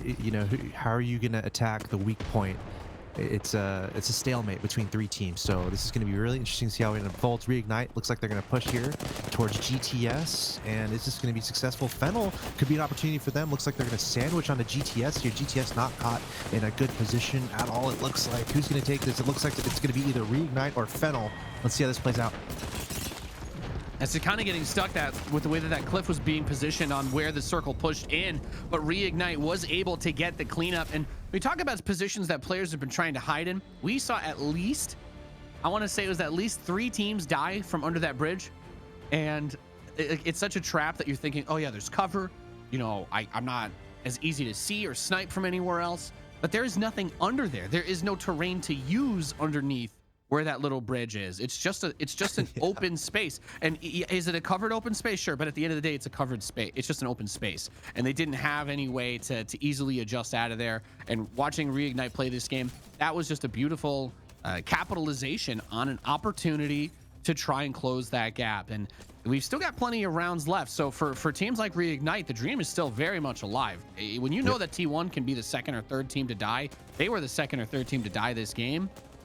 If that's going to be the case for T1, there's a lot of room for these other guys to catch up over the course of the rest of today's broadcast, because we got a lot of matches to go still. Yeah, we caught it in the first part of this highlight here. T1 was the first team knocked out of this match, and it was an interesting moment. A very commonplace. Actually, let's look at this final engagement here. We can see GTS on the right hand side. We see Fennel on the bottom, and what happened was Fennel and Reignite ended up sandwiching onto GTS, and then it was a little fight between Reignite. Here you can see him on the high ground, completely in control the whole way, by the way. Look at that, barely losing any shields. I mean, I'm like pointing at the screen. barely losing any shields. But what was really cool about that too was their movement. Like, remember, they were outside, and then they moved inside into the tunnel to get a pick, and then they came back outside to to be able to navigate that fight. But yeah, at the beginning of that game, T1 knocked out, and it was that moment. Remember, you talk about it all the time, where those two teams, they just go to the same building in the beginning. It looked like T1 is kind of used to it. Like, you know what? We're going to try to engage that third party. But remember, we watched that other team just ditch. I think it was GW. They just ran off. So it wasn't a third party situation. T1 chose to engage. They got aggressive and they got taken out. So, Nathanius, we have a ball game today. Indeed, we do. We'll see if T1 gets racked and quacked early on in the next round. But before then, we'll take a short break. We'll see you in just a moment for more GLL Spring Masters. Welcome back once again. We are live here with the GLL Spring Masters for Apex Legends. We are covering the APAC North region. I am Nathanius, joined by Axel Toss, and we've I mean today's games have already kind of gotten weird, right? Because T1 opened up real strong, and they're like, you know what, we're gonna die like halfway through game 2, and then they're like, you know what, we're gonna die like at the start of game 3. So it's kind of been like they've got a bit of the W key syndrome, and we're gonna take a look. These are the results from that match we just had. The first team dead. Look at that in the bottom. That's T1 right there. And they sorted it very specifically. Even though all of those two teams had 0 points total for their match, they did make sure to put T1 in last place to give them that ego check. And Reignite and Fennel both grabbing 21 points makes this, well, at least for Reignite, it makes this much more doable for them to catch up in the overall standings with T1, which would be huge. Yes, and Reignite, dude. I mean, they have been consistent yesterday and today. That win for them, absolutely huge. That brings them within 4 points of T1. As I said, we got a ball game, ladies and gents. It's time to wake up your parents. It's time to wake up your animals, your dog and your cat, get them tuned in, because again, this might be the highest level of Apex Legends. We don't really know, because these teams across these regions haven't had the opportunity to play against each other, but these teams here playing super strong. Very exciting to see this unfold. And T1, what might have seemed safe after game 1 today, not as much. So buckle up. Now, well, we talk about it. I think at the beginning of the day, I think it was something like 21 or 23 points was the gap from first to second, and the gap is now just 4 points. So T1, for everything that we could say, I think the biggest problem with them is they have the highest highs of any of the teams here, but of the good teams that could win, they definitely have the lowest lows.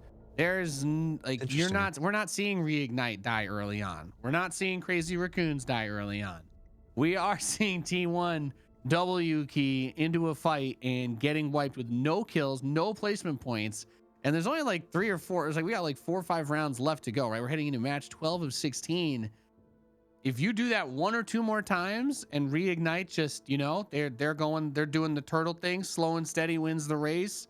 That's okay. Because at the end of the day, if you have more points, no one cares how you got them. You're going to win. You're going to get the money. And you can just tell everybody who wants to question how you did it, hey, I won. I don't care. And that's where we are right now. So as we go into this game, we're going to get a look at Reignite as they're going to be dropping into World's Edge. But T1's gotta step it up, which feels really weird to say because they just dropped a huge bomb in the first game and won it.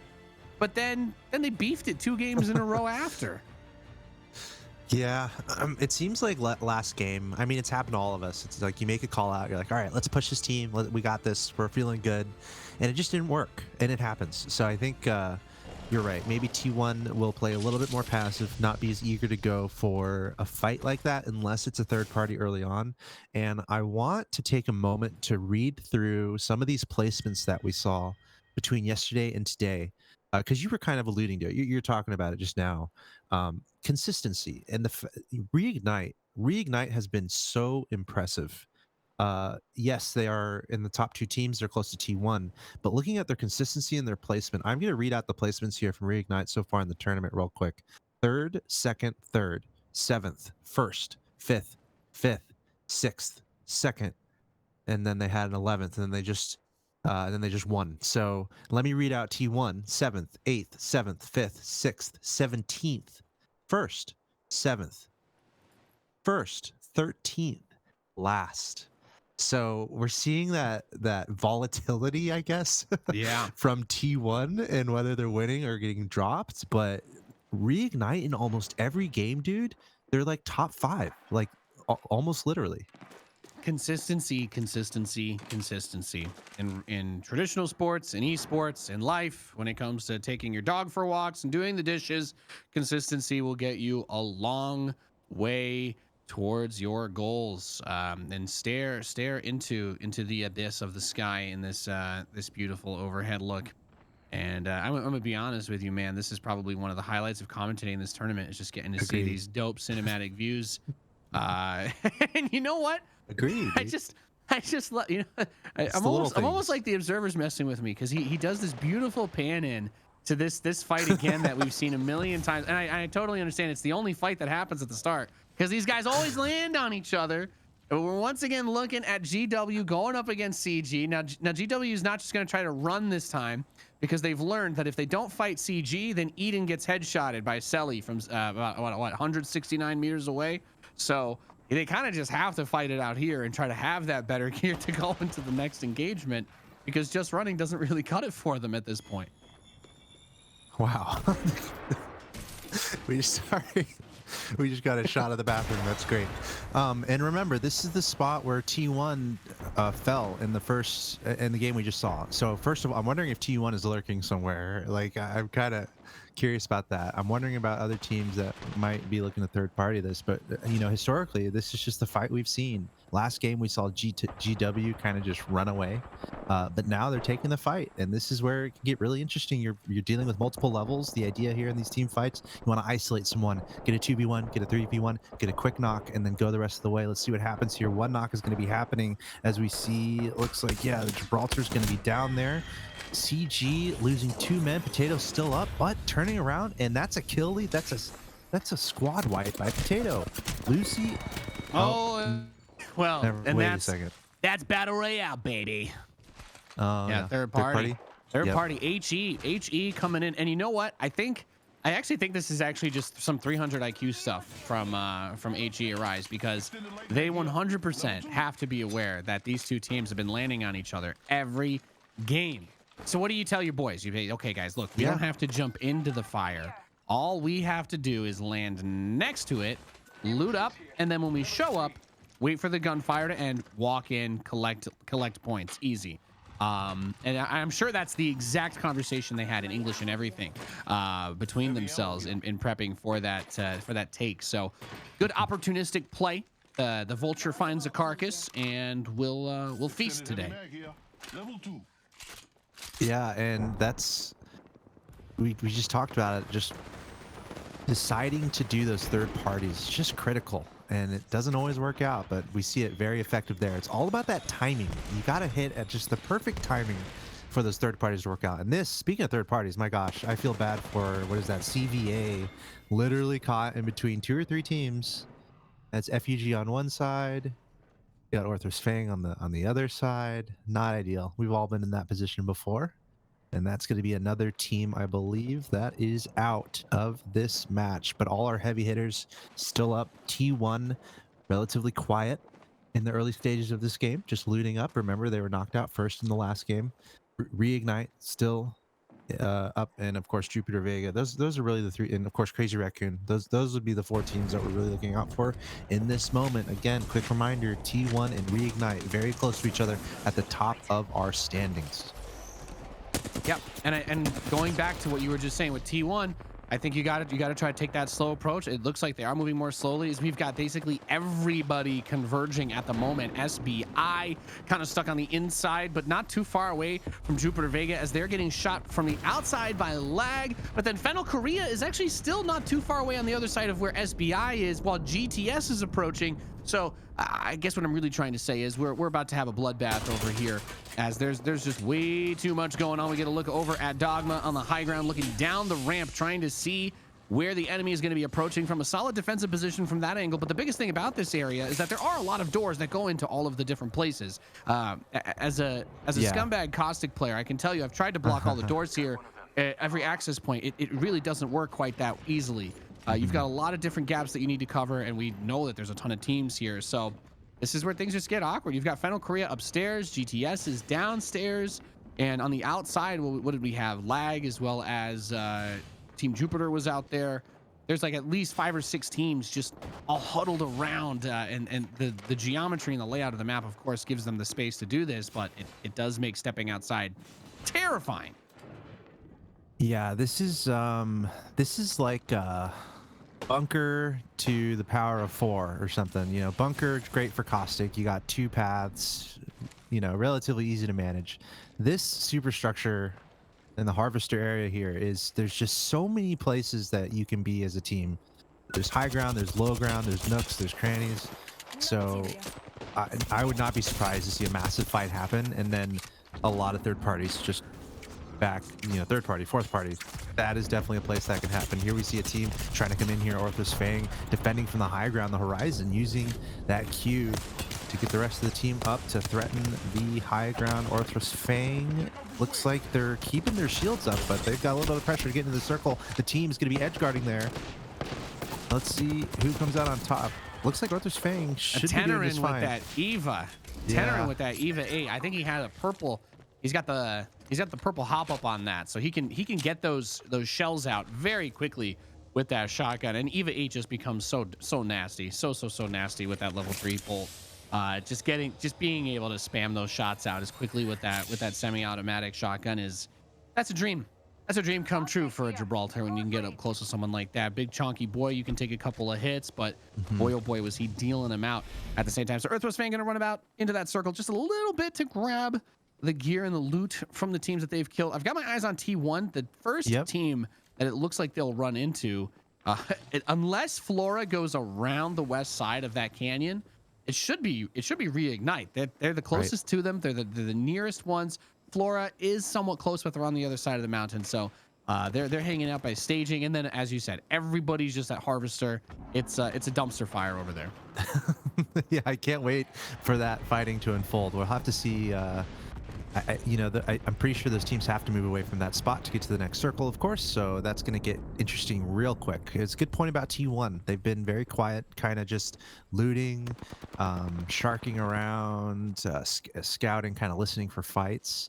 And it's a good point about Reignite too. They're kind of in the middle of the furthest circle that we can see, and that's not necessarily the best spot, because what's going to happen is T1 might come in, and then they might have teams come in from the other side. So Reignite, I think they're going to have to do some maneuvering, unless they just play hide and seek and not do much. If they want to take a fight, they've got to be careful with that. But anyway, we're seeing Orthros Fang right now caught in the storm, and we see the edge guard here from HE. So let's see if Orthros Fang can get themselves out of this potentially precarious position, we'll call it. Yeah, well, all I see is that opportunistic HE team just kind of waiting for them. As Fennel's going to be able to take out USG, it looks like, as we follow Crazy Raccoons. We've got Selly with lots of fans. Lots of fans in the chat scene. I think I've seen more Selly love than almost for any player. I'm a Selly fan today. as a Bloodhound main. Sorry to say. So it's our job to curse Selly as much as we can by talking him up and how amazing he is. As they're kind of holding this choke point through the outside of where that harvester area is, trying to get around, and limiting rotation paths, always a good move in Apex. I mean, when it comes to Battle Royale, it really is all about the way that you try to get from point A to point B. You can't just run through open areas. People are always lurking. People are always hunting.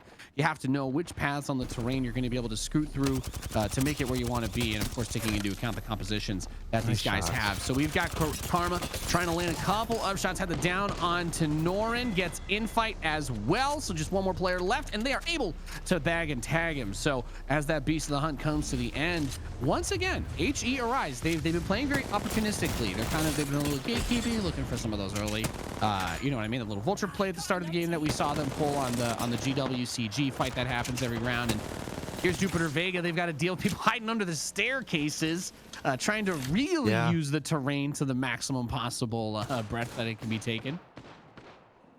Yeah, this is what we talked about. Mayhem unfolding in the harvester area here. Again, all these teams so close to each other, but all kind of hidden. So it's like inevitable for the engagement to happen, and that's what just unfolded there. So seeing the remnants, Tarwin making some hand signals there, but I don't know where his teammates are, so I'm I a just little always worried. appreciate when somebody tries to play the strategy to really give the validation to all the memers in the chat. You know, the okay, yeah, I'm just chilling, guys. My team's dead. If my best chance of getting the banners is to just wait as long Yeah. as possible and then run in and grab him at the last second and try to pull some sort of Hail Mary 70-yard pass. I don't know, John Elway on the one sort of deal. Whether or not that's going to happen, I'll press X for doubt, but that's the cool thing about Battle Royale. Anything's possible. That maybe not so much, but we can dream. Still a We can lot of dream. teams. Dude, look at this. Still so many teams in this area. It's gonna unfold real quick. Again, Reignite meanwhile, we is still see. gatekeeping T1, by the way. Yep. That fight Yep. still looks poised to happen. It's destined to happen. Also, Crazy Raccoon coming in from the south. So none of our power hitting teams are in this area where we're about to expect a pretty big fight to unfold. But I'll tell you what, the whole map's gonna hear it. So right now we're in the calm before the storm. Yeah, and it's just gonna get worse and worse going on with the fighting. It is kind of weird, right? Because as you were saying, the strongest teams are on the outside. Everyone's trying to play this a little bit safer. I think T1 is the biggest one. They've been playing this incredibly slowly, as they should, because it's the only way they can lose is to just get into early fights and get nothing. It's better to take the trades later and at least get the placement points, even if they're not making as many as everybody else. With the lead that they had, they could have maintained it, right? You know, you could have just have a you can hemorrhage out a little bit of it, but you don't need to give it all up like they did in that last game by finishing last place. So I'm really interested to see what happens, because we've got Serpent actually coming in from the southwest, but Flora has eyes. So Flora has eyes on Serpent, but Serpent they want to gank T1 while T1's running into Reignite, and that's a tough enough fight between the two of those teams as it is. But with anybody else, even if it isn't a team that's as good as yours coming up, that's always going to get tricky. And there you go. So Karampe gets eyes on Hatina, but so does Flora. I think Shunma was shooting down there, or Maney was shooting down towards LFT. So they've got eyes on both sides of him now, and suddenly what turned from we're gonna get you from the back becomes we're stuck. And now Reignite, they might be interested in what's going on over here. So we'll see. We might see Reignite slowly make their way towards T1. There we see Dizzy Ms. Lizzy on the left taking shots. Also Obley, we're about to get behind him there. Look, he's got the triple take. So he's got some nice sights towards Serpent up to the right. This is really tense situation here. A lot of jockeying for these teams.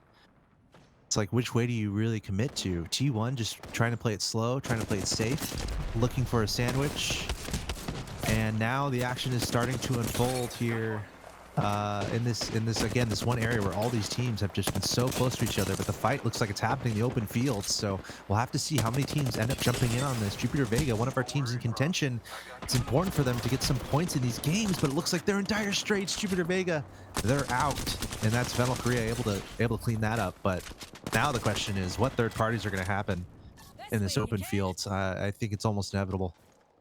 Yeah, it's so Fennel Korea. They've actually been one of the higher performing teams in the semis leading into this. They've been a solid contender in ALGS, but they haven't really had that same level of success or momentum at all in this tournament.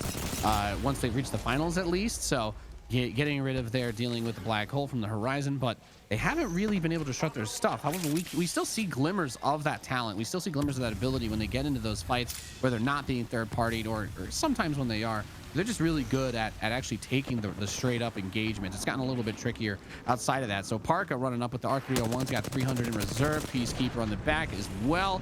But that artillery coming in at just the right time to push back. Not dealing a lot of damage, but I think the biggest thing about it is it has that little disorienting effect that's going to slow you. You don't really get to keep the mobility that you're looking for. So for T1, they're just playing it safe. They're playing for picks. There's still 11 other squads left for them to deal with. There's absolutely no reason to force it. They have to look for the best opportunity and be decisive in the moment that they choose to take it. Every team here, as we we don't have too many matches to go after this one. So every team really playing for placements, or it's kind of slowed down. Everyone's playing a lot safer, really making sure they take a favorable engagement. But you know it messes with that in Apex Legends, and it's the circle. All these teams eventually have to move. So This is what you have to manage, and this is what separates the elite teams from the non-elite teams. How do you manage these positions where there's so many teams around, and it's just such a slim margin of error? If you take the wrong fight, you might be doomed. So, really important decision making from all these teams in this moment. Yeah, getting this set up there looks like for some EMP action. Of course, with Harvester still in play, there's just so much room to kind of hide around and use for blocking or just turtling in general. You've got HE on top of GTS, so as soon as one of them tries to move, the other should have a decent sight on him. But LAG, I mean, you've got Lag and Fenner coming down. The rest of the way, there's just like four teams packed This in is gonna be really insane. closely, and Fennel Korea actually getting in on the piece of the action as well. Junggi and Dogma are both pushing this at the same time, while Flora had to pop their bubble out in the open. They're trying to make their way back up towards that cliff, away more towards the center. But now you got to run through a Gibraltar ultimate on the way out. Good luck. Go for it, Nathanius. This is going to be absolutely insane. Yeah, it's too much to follow. You know, I'm trying to do my best play-by-play here. Watch the seven different teams fight each other at the same time. We'll just try to cover it as best as we can. We got Crazy Raccoons, Ross coming down to the bottom. Unfortunately, going to get immediately knocked. Just Sally alive, the only one here for Crazy Raccoons. 20 seconds left on Beast of the Hunt. Gets a good slide with the R301, able to get one more pick before being taken down. Crazy Raccoons is out, so T1 with 6 more squads left to go. I think this is the part where they maybe start to press those W keys a little bit harder. Try to get those kills. Yeah, and I think that mayhem might be unfolding. Flora taking out Serpent. We can see in our kill feed there. Fennel Korea also doing well. T1, we can see them though, just positioning themselves deep in this circle. And they're just going to wait for the outcome of this fight over here. Fennel Korea, looks like they're going to be the ones coming out on top after that. Just, I don't even know the term. Just 5 different teams in one area. Just crazy. I guess at that point it just starts turning to a cage match, right? You don't really have enough room left in the map for it to be for the words Battle Royale to feel as applicable anymore. Everybody just gets forced into the arena. We've got FA OIO holding up top with that bubble, but they don't really have a whole lot of room to work with because the inside of this house has Team Reignite, one of the top contenders. And T1 is actually shooting them from the upside on the outside of where that train exit leaves the mountain. So they've got cover from the train rails. They've got that little building they can work with if they need to, of course. But high ground. I'm never yes. You never want to give that one up, okay? Especially to Obi-Wan. Also, they're deep in the circle, and everywhere else in the circle is relatively open space. So if they don't have to move, they can take advantage of cover and wait for other teams to come to them across this open space. This is Obley with the triple take. I wonder how many kills he has. I mean, it's got to be up there. This is the moment, though. This is the moment where you get those kills. All these teams have to run in your direction. But look at this. The thermite grenade going down. Complete mayhem. Fennel Korea, they did well in the fight earlier. Can they survive in this moment? 5 kills for Minsong. He's been having a great game. Battle Korea showing up in a huge way. Looks like they're going to survive this for now. Yeah, he's got a good downrange shot with the R301. I think that tier 5 shield for Obley paying off with some big dividends because he's gotten a tremendous amount of damage, and even if he hasn't been able to secure all the kills that he wants, he's going to try to lead those shots up off the horizon. Jump, and I'm not sure that he was able to get the knock. Dizzy Lizzy from Reignite did on Younghee during that, though, and Dogma as well getting taken out by 2 on Obley. So it's just kind of trades all over the place, and Dizzy Miss Lizzy running into the thick of it with that Peacekeeper. Going to queue out, needs to reload as well, but just doing their best to make as much of this opportunity as they can. Yeah, it's just Reignite and T1 here. Reignite just finishing the fight. T1 get to jump in there. T1 maybe a little bit too late in trying to fight this, but able to get one down. This is a huge fight. Potentially a fight between, our top 2 teams in the standings. It looks like T1 getting low on health. Obley, the last one down. No, Karen Pay going down now. Obley's going to be the last one down. And let's see if Reignite can take this. No. Yes. Yeah. Reignite can. On the back end. That last moment, Obley got the second knock, but it wasn't enough. And you see that EVA 8 coming out again at the final clip that it was showing. Just really good control of a hectic situation. Everything was like really slowed down by Harvester. And then we get to this point where everybody kind of has to come out, and you've just got this high ground grassy plain, and it just turns into a bloodbath. And unsurprisingly, T1 and Reignite are both there.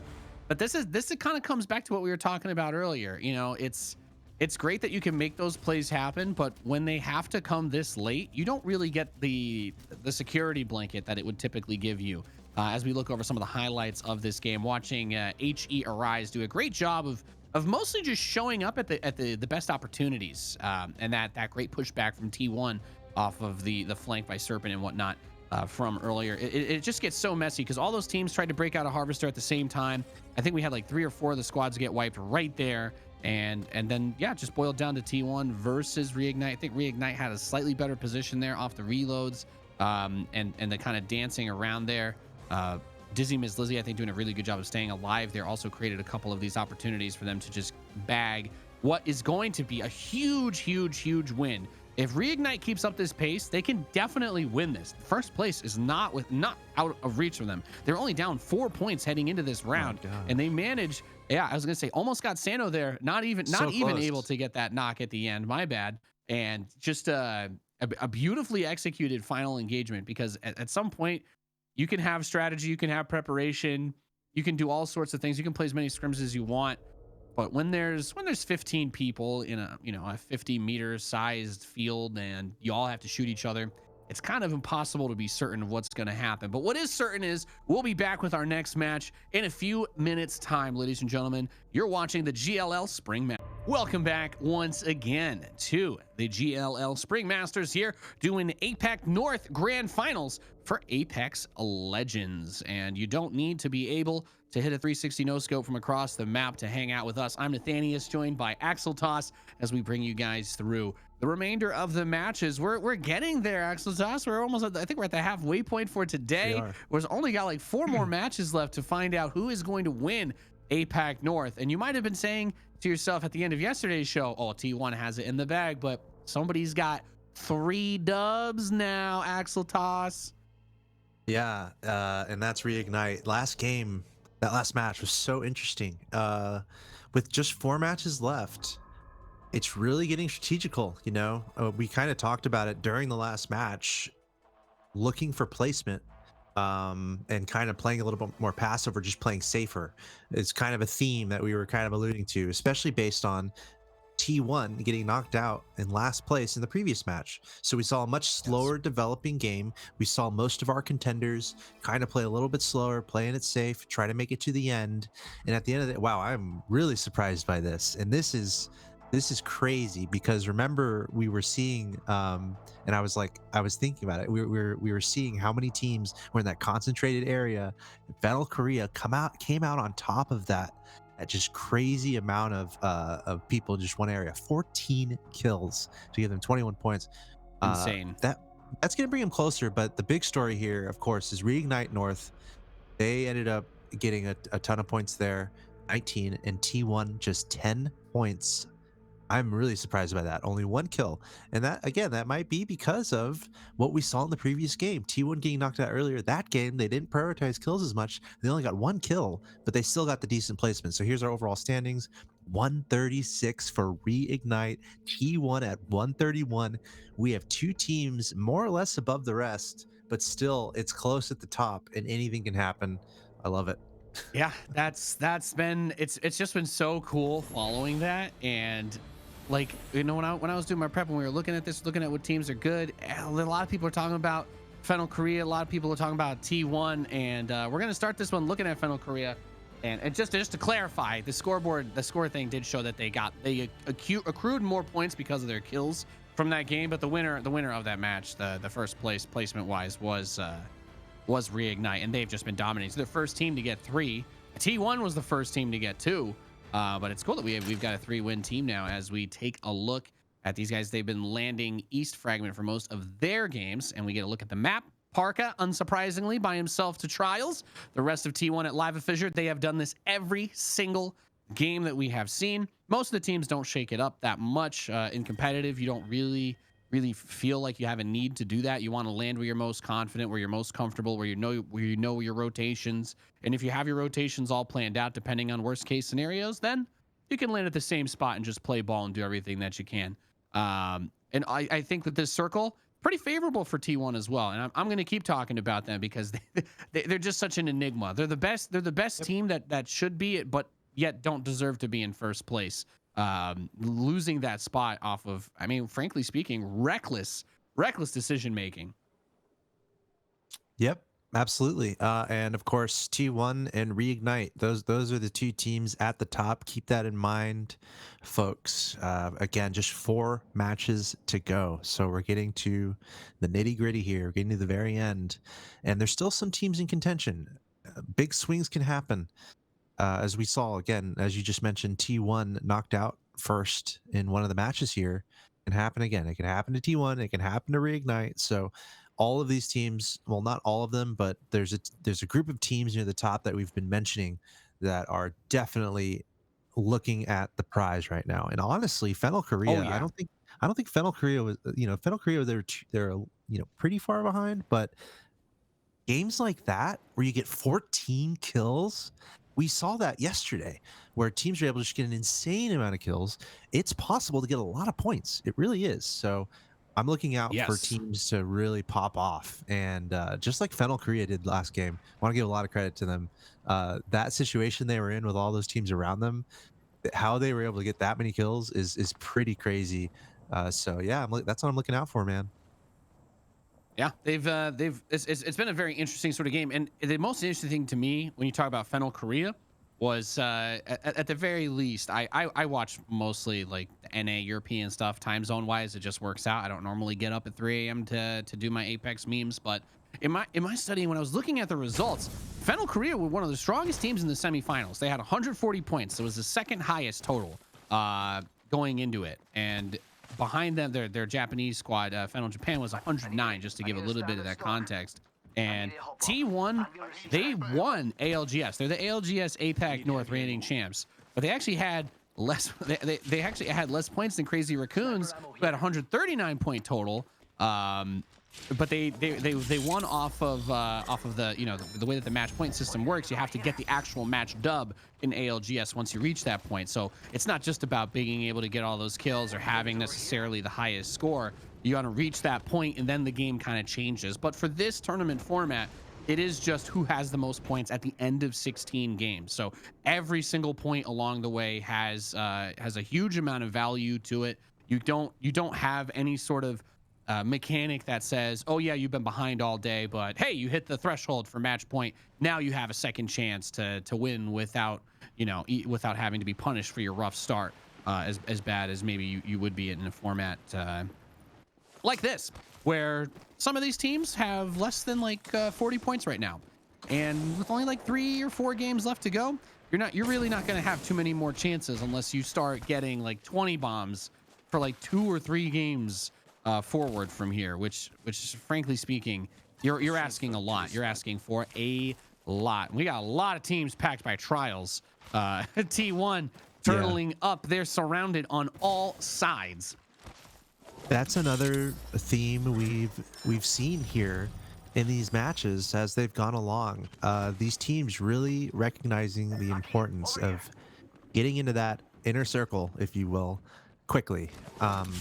Because of how good all of these teams are and how so many stay alive to the very end, it gets really noisy as you get as the game goes along really quickly, where you're having to run into a lot of teams. So the more you can get into a really good position in one of these inner circles early, the better position you're going to be in. You don't want to be one of these teams that are having to running from the storm, and then you're being edge guarded by these elite teams who made it to a better position before you. So I feel like we're seeing a lot of faster movement to these central, prioritizing position further along as we see. Look at this. Everyone be quiet.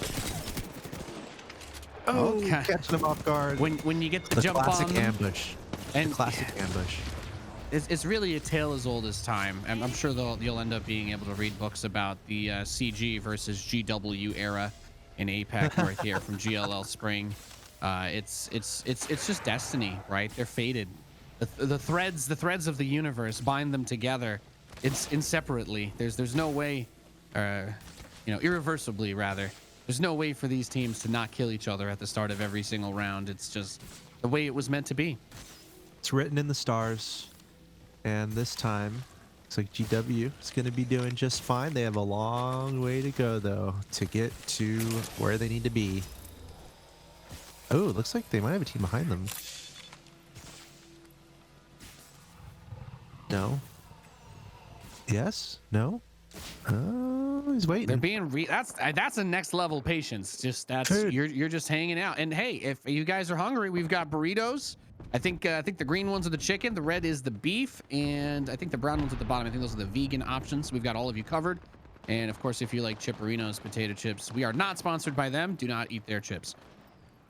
Right. Please put your orders in the chat and we'll get that handled. Thank you very much.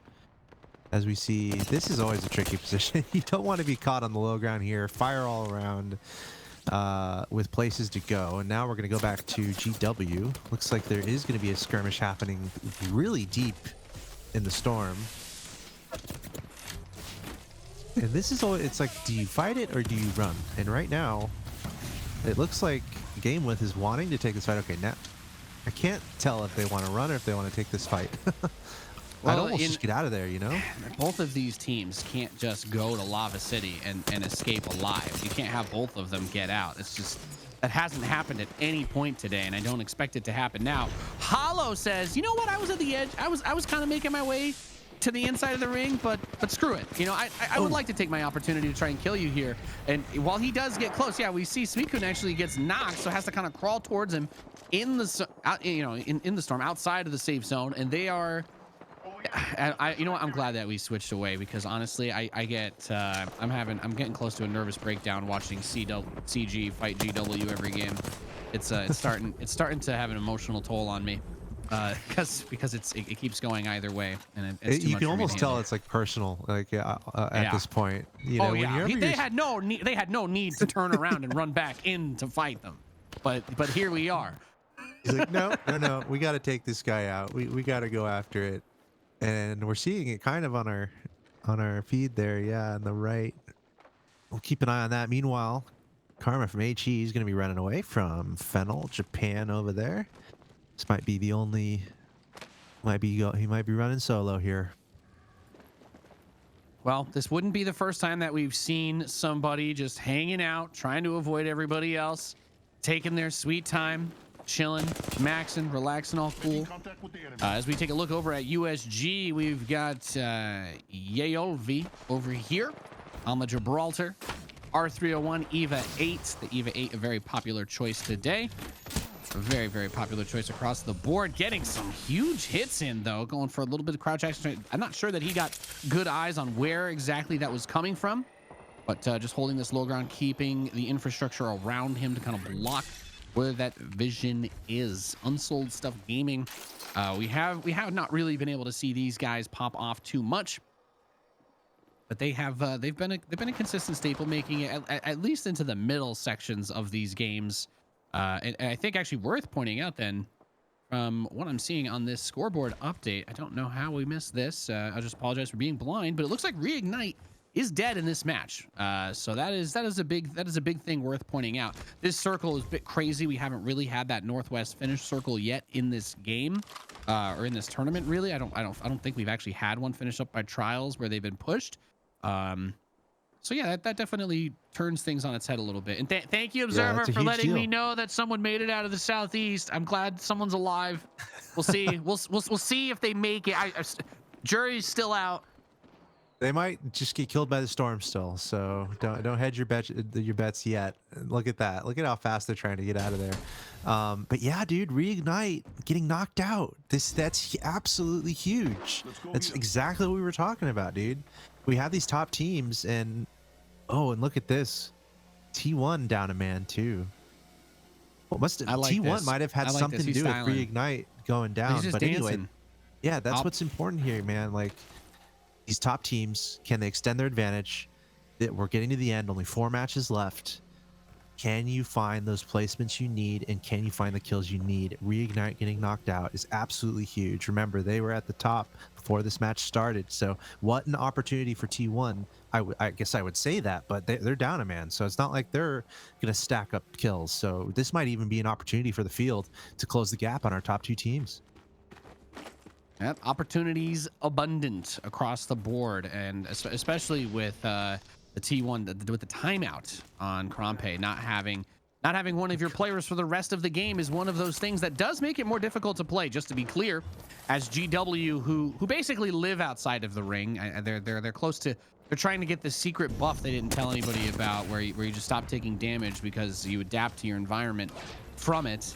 But that hasn't happened quite yet. As we get another look at Youngjin, who has been doing, I think, has been a pretty solid engager for Team FUG. It's been getting up in there, taking some good fights. A name that we've seen a decent amount of times, I'd say, over the course of this weekend. Kind of stuck in that building though a little bit. Yeah, it's a little bit pinched off by the circle. Meanwhile, we have Crazy Raccoon over here. Remember, they're one of our top teams. Maybe this is the opportunity for Crazy Raccoon to make a ton of noise. Selly, Captain, and Raz coming in here, flanking on Serpent, who were taking shots at FUG on the other side. Looks like Crazy Raccoon, they're feeling confident about this. The Gibraltar bubble coming down, but I'm seeing a lot of teams in the area, so I'm a little bit nervous for all the teams in this skirmish. It looks like a ton of teams going to come in here and be a part of this fight. But for now, Captain getting it down, Captain getting another down. And let's see who comes out on top here. Now we've got Wrecking Young on the top side with the Horizon, that R99 EVA 8 combo. I think that's a blue shotgun bolt, so can get the shells out at a pretty reasonable pace. Comes around this side, gets the first knock, dancing around the Gibraltar shield, trying to get the other Horizon on the outside of it. And we switch perspectives back over to Selly on the Bloodhound, who's going to get that one knock, and then towards the other. And that's Crazy Raccoons right there in a nutshell. That's what we expect. That's what we hope to see. Captain does get knocked, but easy res from that point forward. And those fights get really crazy. The opportunity off of that, like I was saying, you got that EVA 8, you're up close and personal. It's looking rough, but then Ross is able to stay alive and open the door to create the space for the rest of the team to get those kills. And Selly, well, Selly does not miss, I think, is something that we can all agree on. So excellent job capitalizing on that opportunity. What a fight. I was really nervous for Crazy Raccoon there. On paper, they had no business winning that fight. They had like three different teams around them effectively, but they were able to come out on top. I mean, such a good team. I think just with that fight alone, they're showing that they're in contention and that we have to look out for them. And again, what an opportunity for Crazy Raccoon here to get some kills and get some nice placements. T1 with only 2 players up in this lobby. Reignite, they're out. They're one of the first few teams knocked in this match. So I think we'll be keeping a close eye on Crazy Raccoon to see what they do from here. But for now, the zone's getting smaller and smaller. CW finally got out of the storm. Meanwhile, Obley is down from T1. Parka solo. It looks like Obley was going into that. Yeah, they had eyes on area. Flora. Yeah, they had eyes on Flora on the bottom of trials. They had eyes. They were looking down that zip line path, and Obley, I think, was covering that. Parka up. You're looking at Horizon, most likely character that's going to be able to survive and escape that. You boop yourself out, right? You run. You use a little aerodynamic control because you're super cool spacesuit, and your teammate dies. But that's because you're playing for placement really at this point. You're just trying to stay alive and maybe grab a couple frags on the way out. I don't know if doing it with one man is the goal, but yeah, we move in 2 minutes before round 4 ring is going to close as Ross comes over here from Crazy Raccoons, gets some good spray out with that Spitfire. I mean, you've got purple mag in stock, so lots of bullets raining down upon your enemies. And there you go, kill leader right here, making it happen. Captain from Team Crazy Raccoons off that scout. I love to see that scout. He's got that gold mag, tons of ammo, fast reload, and then of course that purple bolt EVA 8. If you get up close and personal, well, they may not be able to identify you by what's left. Really good engagements from Crazy Raccoon. It's exactly what they need to do. They were edge guarding there. They're looking for the third party, not putting themselves at risk, making sure there's no one behind them that might third party them, and just taking a good fight, hitting good shots. Just clinical play here as we switch over to Fennel Korea. Looks like a huge fight happening. Look at that kill feed. Lots of stuff unfolding as many players getting knocked in this engagement here. Fennel Korea looks like they might come out on top, looking for the bad guys, maybe trying to track down the remnants. But this is the second game in a row where we're seeing Fennel Korea all over the other teams, racking up a lot of kills and getting a nice placement. So Fennel Korea really trying to make some moves here on Sunday. Yeah, and that's what we've been talking about. They picked up so many kills in the last game. It broke the little scoreboard thing we were trying to show, because they're like, oh yeah, the team that won didn't even get shown as first because Fennel Korea got that many points off of kills. It was 14 last game, and Youngie getting up to 3 right here as he takes down. It almost looked like on his own. He just wipes GTS, wipes the floor with them, perhaps, as USG. They're just chilling. This is their little house there. They're going to be renting out some spaces over there in the future. Stay tuned as we have Fennel Japan getting into a little bit of a scrap. T1 on the inside of that building, but Flora on top of the mountain. I mean, this just makes everything awkward. So Fennel does not really have a lot of wiggle room. Moment and Pino are stuck, and they're going to get shot from the city, actually. So unfortunately, it's not quite as simple as just chilling there. There's the Gibby. Oh man, you're trying to hide, and that's not a fun spot to get stuck. Oh man, make your peace. Make your peace in that moment. Yeah. If you're playing ranked. If you're playing you're playing ranked. You're in that moment. You take your hands off the mouse and keyboard and you just look at the sky and you say, please, why? It happens, and it's all positioning. Apex Legends, obviously you got to evade that storm, and that's what we're seeing right now. All these players, all these teams forced to move. Jupiter Vega still in business, looking out for Crazy Raccoon as well. 4 squads left. I'm pretty sure Crazy Raccoon is still up somewhere. Jupiter Vega taking some shots. It's Banana Star to left-hand side, trying to run back to his teammates, though. Do not want to be too split up with not too many teams left. So his teammate's going to come over and be like, hey, what's up? What's going on? All right, we'll help you out. We'll help you out. We got you. And we get a look is at, quite a spot. Is that legal? Can I don't know. I don't know about that one, Chief. But yeah.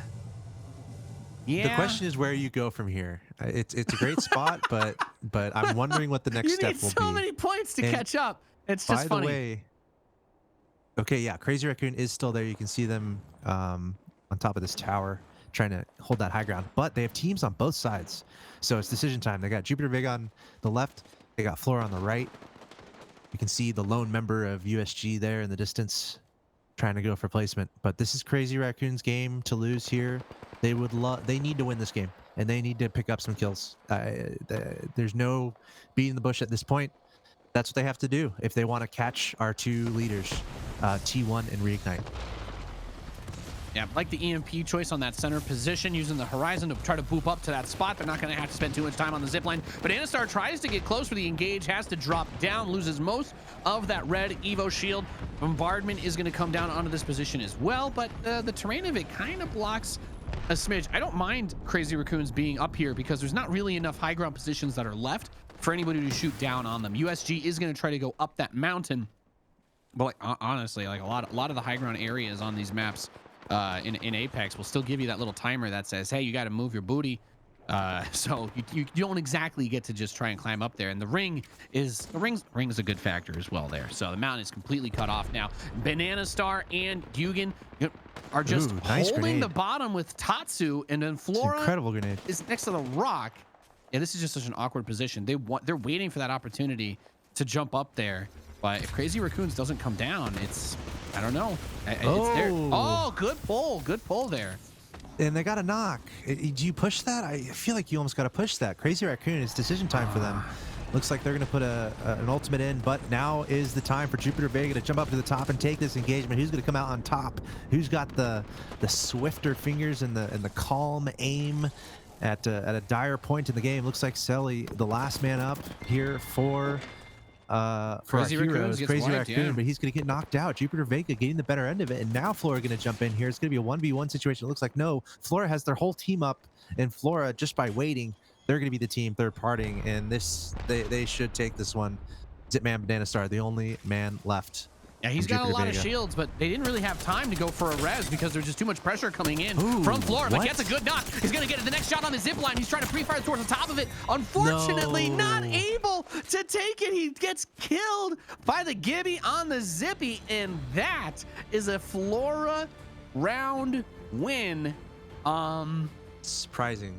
You know, with Crazy Raccoon popping off the way that they've been today, and with Reignite doing as well as they've been doing today, I had a pretty strong suspicion that we were going to see Crazy Raccoon there just hold that spot down and get it done, but that was not the case. And beautifully played game there by Flora, because man, that seems like a real Yeah. easy position to throw from in that situation. Here's that moment earlier. It looks like T1, yeah, taking out GTS, Crazy Raccoon in business. But remember, the theme of this game was Reignite getting knocked early. And then from there, it was T1 and Crazy Raccoon. T1 had they lost a man early. So they were almost out of it sooner than certainly we expected. So Crazy Raccoon making it, having a really good effort. But at the end of the day, just we're still seeing that parity. It's crazy. When it's three teams left, you really want to be that third party. So I think that's kind of what everyone was waiting for. And we're seeing that moment here. Flora kind of waiting down below. Jupiter Vega deciding to jump onto Crazy Raccoon, and then Flora just waited for that third party to happen. I will say there's an interesting moment at the end here. If we can catch it, we'll see if it comes up on the camera. Selly, the last man up, he gets taken down right there. That moment, Banana Star, I believe he was actually shooting at the shield of his teammate.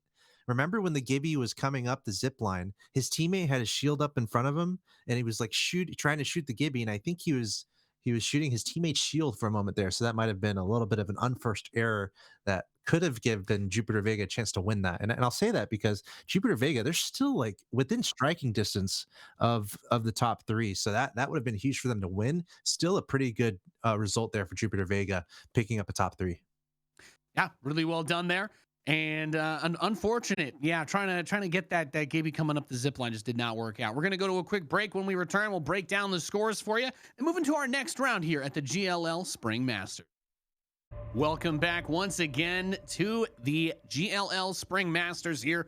We're covering Apex Legends in the APAC North region. We're here in the grand finals. I'm Nathanius, joined by Axel Toss, and we just wrapped up another one. Got crazy. I mean, Crazy Raccoons, literally crazy. Crazy Raccoons on top. They're in the God spot. They've got a great position. No one can touch them. And then, well, everything just fell apart very, very, very quickly. And Flora, with a beautiful little third-party move towards the end there on Team Jupiter Vega, and everybody else is able to get some huge points. 16 total. They are sharing that with Jupiter Vega because they got second place, but they did get more of the kills. And of course, Crazy Raccoon getting 15 points from that. Nothing to be upset about either, Axel Toss, as those overall standings are still a little bit too close for comfort, I think, amongst our top teams. Literal 1 point difference between T1 and Reignite.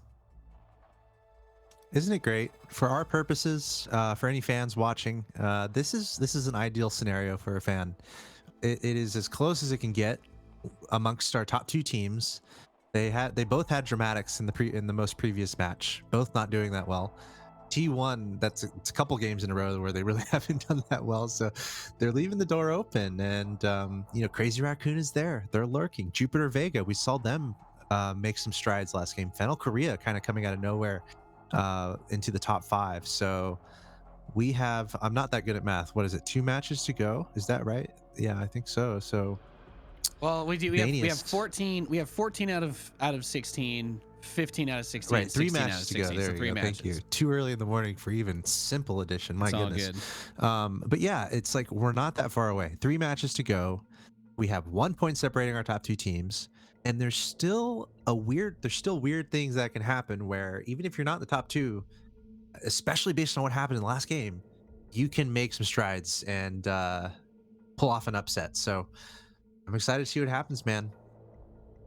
Yeah, it's been crazy. The fact that there's just a 1 point difference between Reignite and T1 is amazing to me, because they tried to play really slow that last game.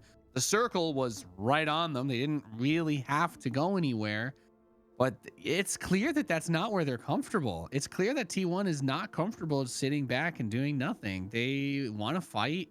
They want to hold that W key. They want to go on a rampage. They want to rip everybody limb from limb in this lobby and get their dub, with hard-earned blood. But unfortunately, that has not worked. That's not been working as well as it should, because like my expectations almost for the rest of this tournament are like, does T1 just bomb out again, and then in the second to last game they pop off, get 20 kills, win, and we're like, oh, they're ahead by 1 point again, and then in the final round they just bomb out? Like, I don't know. To me, it's too hard to call. I love that you had it all written down and you were going through it earlier, but they've had, of all the best teams, they've had the worst finishes, and they really need to shore it up here because time is running out, and Reignite are playing out of their minds. Those guys are absolutely popping off.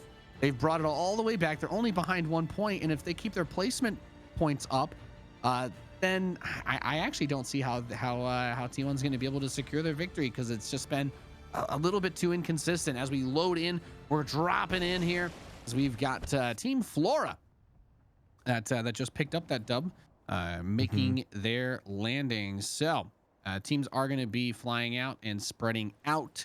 I guess really they all kind of try to land in the same places, right? Flora hitting up Harvester. We've got that Geyser SBI play again. Fennel's on launch site. Fennel Korea's East Fragment. And it's a bit of a longer jump with the way that the dropship went this game. But yes, don't worry, guys. They will definitely kill each other down there. I promise. It's going to happen. Neither of them are really allowed to leave. It's actually a side objective. Yeah, and we didn't tell them, though, that they didn't have to. I will say we are halfway through, well, more than halfway through the final day here, so it's not too late to put in your predictions. This could be a moment, Nathanius, where like we could have had a team just run away with it, and it might already be decided. But that's not what's happening here. There's still a lot of teams still in this, so put your predictions in the chat. Who do you have winning this region? We're gonna find out in 3 matches. I'm excited. This is when everything's on the line. You're talking about T1 and their struggles. Definitely an element team. You know, they have an element where they're in that element, and then they are ridiculous and really hard to stop. So it's like, can they find that? Can they find that? We've seen that in some matches in this tournament from them, but not recently. So I feel like they need to get in a groove where they're just getting kills and then steadily get those kills and make it into that top 3 in the placement. That's what T1 is looking for. That's what they need to do if they're going to win this tournament. But of course, you know, there's a lot of other teams that are looking to do the same thing. So it's up in the air. I love it. Put your predictions in the chat.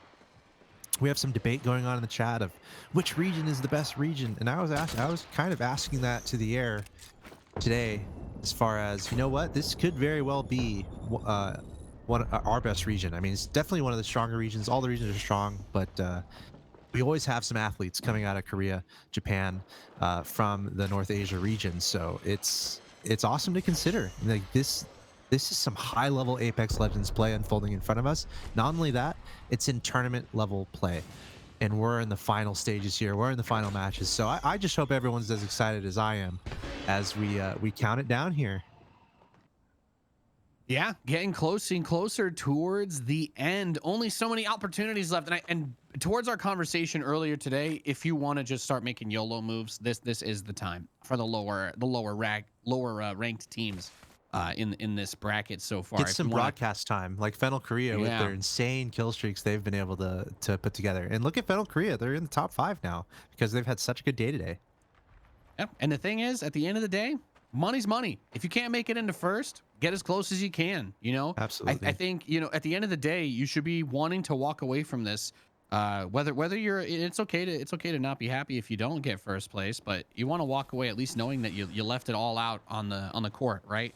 You don't want to come back in and finish up with this and be like, man, I really wish we had actually taken it seriously, kind of deal. As Fennel Korea gets jumped over here by GTS, and we've had a couple of these fights over towards this train. I guess the train tunnel entrance has been quite a few fights. Fennel was holding this in an earlier round, but now Minsung finds himself needing to get Dogma's banner and Rez Younghee if he can get that chance, but I mean, that's going to be a very difficult situation to create for himself. Yeah, I was just complimenting and admiring. GTS got third party during that. Yeah, he can get the res. Orphis Fang just came in and killed them. They just wiped GTS. Oh. Yeah, they finished GTS off. I hope they survive. Oh no, they're getting shot. A triple take from the horizon. Oh no. Yeah, Fennel actually got they got 2 picks on that Orphis Fang finished for them. But there's like 3 other teams here. We've got Lag as well as Jupiter Vegas, so it's not I guess we don't have a happy ending just yet, but Minsung will have an opportunity to try and at least get the banners. Maybe he takes quite a few shots. Shields are gone, less than half of the hit points, but Orthris Fang all of a sudden is coming in on Jupiter Vega now. So they're Yeah. trying to move through the map like a They're hot trying to knife through run. butter, and Right. Minsung's just like, he's in the corner. He's just like, I'm gonna go get you guys banner. It's okay. It's okay. It's okay. And well, I mean, Team Lag is still over there. Whether they see Minsung or not is a whole other matter, of Oh. course. Okay. Yeah, did he get the res on Youngie? No, there's Oh, he another got team. knocked again anyway. Reignite. Oh, reignites here. Poor Minsung. It's a poor bloodbath. Fennel Korea, man. I was just giving so many compliments. They deserve it, but it's just a little unfortunate. They literally got caught between so many different teams. So Dire Straits, there we go. He's out of here. Sorry, Fennel Korea. One of the first teams knocked out of this game after having, and Reignite's going to be pretty happy about that. They just wandered on in there like, okay, we got a kill. That's nice. Thank you very much. Let's knock them out. But now Reignite, I think that's damage from lag. Pretty sure that's where they were up there. So Reignite entering this area where a lot of teams are. So Nice Phoenix kit, a lot though. of fights. Nice Phoenix kit for Dizzy Miss Lizzie. Whoa, Reignite knocked. Triple take from Jupiter Vega in the distance. Is Orthros Fang still fighting Jupiter over here? Man, these guys take a really long time to kill each other. We got a little bit of a push coming in here. They're going to take their separate spaces. They push their way into that building. So SBI's on the outside, and we actually have FAOIO on top of the rock formation, not too far away. So lots and lots of fighting in the north center area of the map, just outside of West Fragment, where they are, I guess, north of Epicenter, where they're just trying to hold it down. That's been a pretty popular spot, though, when the circle's been going north, has been the entrance to those tunnels. We've seen a lot of teams fighting over them, and now it's just turned into a huge battle over the few buildings that are there. As a couple of them, as we can see from the next circle, it will continue to focus in on that spot. T1, though, is going to be coming in on the southeast side of Skyhook. And this big team to watch, of course, too, as Team Jupiter might be getting into that fight with Orthros Fang one more time. Wraith actually blocking the door, making it a little bit complicated. Dizzy Miss Lizzie does get finished off there, so they lose their access to the portal. They lose that Void Rump, and we'll just have to see if they can keep this momentum. They've got this area held down so far. I won't lie to you. I'm excited to see when T1 starts getting into the action and how Reignite does, because those guys are so close. It is impossible to call yet which one of those two is going to get first place here, or if somebody else, I guess, comes out of left field. Yeah, I think Crazy Raccoon still has a chance. And you can tell, the Crazy Raccoon, they've been trying to make it happen. And they were really close to winning last game and getting those kills at the end, but it didn't end up happening for them. So, yeah, this is intense stuff. And Crazy Raccoon was in the area also, not too far from T1 in that fight we were watching earlier. Now we're watching Flora. Looks like Flora's fighting up against Serpent. Yeah, those One last man round knocked, though. champions. Yep. Rocking that triple take that we've been seeing. Shunmi is going to send the drone over, gets the EMP ready. So just insta going so that they can grab them on that push forward that they're taking. Has the Volt with the purple mags, so he's got a lot of rounds to throw in here. And that increased reload speed, also very nice to have. He's going to drop down on top of him. He's looking for the kill on the shielding Bloodhound. Is he going to be able to get him just yet? There is the knock. Teammate is here for the assist on top of that. And Shunmi's going to go outside the ring, take the fight from here. Interesting choice as he ends up getting knocked, but he's going to grab kill leader on the way through that. Oh, but no. Fennel is still bringing the pain, so unfortunately there's really not any room to make anything happen there. I don't think Maney is going to be able to get the res on his teammate. Yeah, that might be Flora knocked out here. No other way to put it, really. Yep, and there's the dramatic tumble off the zip line, and Flora knocked out of the game. An innocent third-party shot from somewhere else is going to be the credit for that at the end there. All right, again, we're looking for Crazy Raccoon, we're looking for Reignite, and T1. It's T1 and Reignite that are the two players that are at the top. We see T1 in a stalemate, it seems. He's got that Definitely looking for kills grenade here. lining up, trying to see, okay, where we're hitting. Ready to throw the Arc Star and hit somebody that would be coming up that ladder. They're trying to keep their eyes on this position, making sure that they don't get caught. An early death could actually just mean the end of the tournament for them. So they really need to be careful. Good shooting there with the R99 as they come up the top. That's It's I huge. Now believe they that's that push. mobile. So they called down the mobile respawn beacon in case one of them came up. It would fall on them and crush them to death, probably, or I guess just make them have the fear that it would rather. Interesting tactics being employed here, but it works. And CVA gets eliminated by T1. We really see them. You almost gain a new brain fold when you watch somebody pull something like that off. Yep. Calculated, tactical. This is one of the best teams in the world, and they're showing it. You know, in that moment, it's like it's so important for them to get kills. They had to figure out a way to navigate that and make it happen. Got some good shots off. And again, the moment you knock down one, that's just when it unfolds. It's like you knock one, then it's 3v2, and we saw them immediately push. Their shields were fine, took care of that with relative ease. So T1 taking out a squad, doing exactly what they have to do, and they're going to be making their way towards these other teams. We see Jupiter and Orthros Fang in once again neighboring buildings. I'm pretty sure Jupiter's been in that building for quite a while now. Yeah, you know they've hold it. It's at that point now where they know when they try to leave that the security deposit's gonna get taken, right? So they're just riding it out as long as they can stand it before they have to go. And there is the portal getting dropped by Brasidian as he's moving forward, so you can use this, try to help engage. There is the black hole pulling in, though, messing with a bit of that maneuverability, but of course you've got the portal, so that was the plan. You had the backup, you had the exit strategy available at all times. Still 10 more seconds on the void run, but we know that wraiths are a little bit tough to hit sometimes, slipping and sliding around, so we'll see how well she can keep herself going as we take another look at T1. Karampe getting that shield battery up and healing before they move into another fight. 2 hostiles detected. Axel toss. Bloodhound's going to see that, go straight to the high ground and try to get some shots off the flat line in the pocket. Only blue shields for Obley. I'm actually really surprised about that. Only 165 damage, though, to up that up to the next level.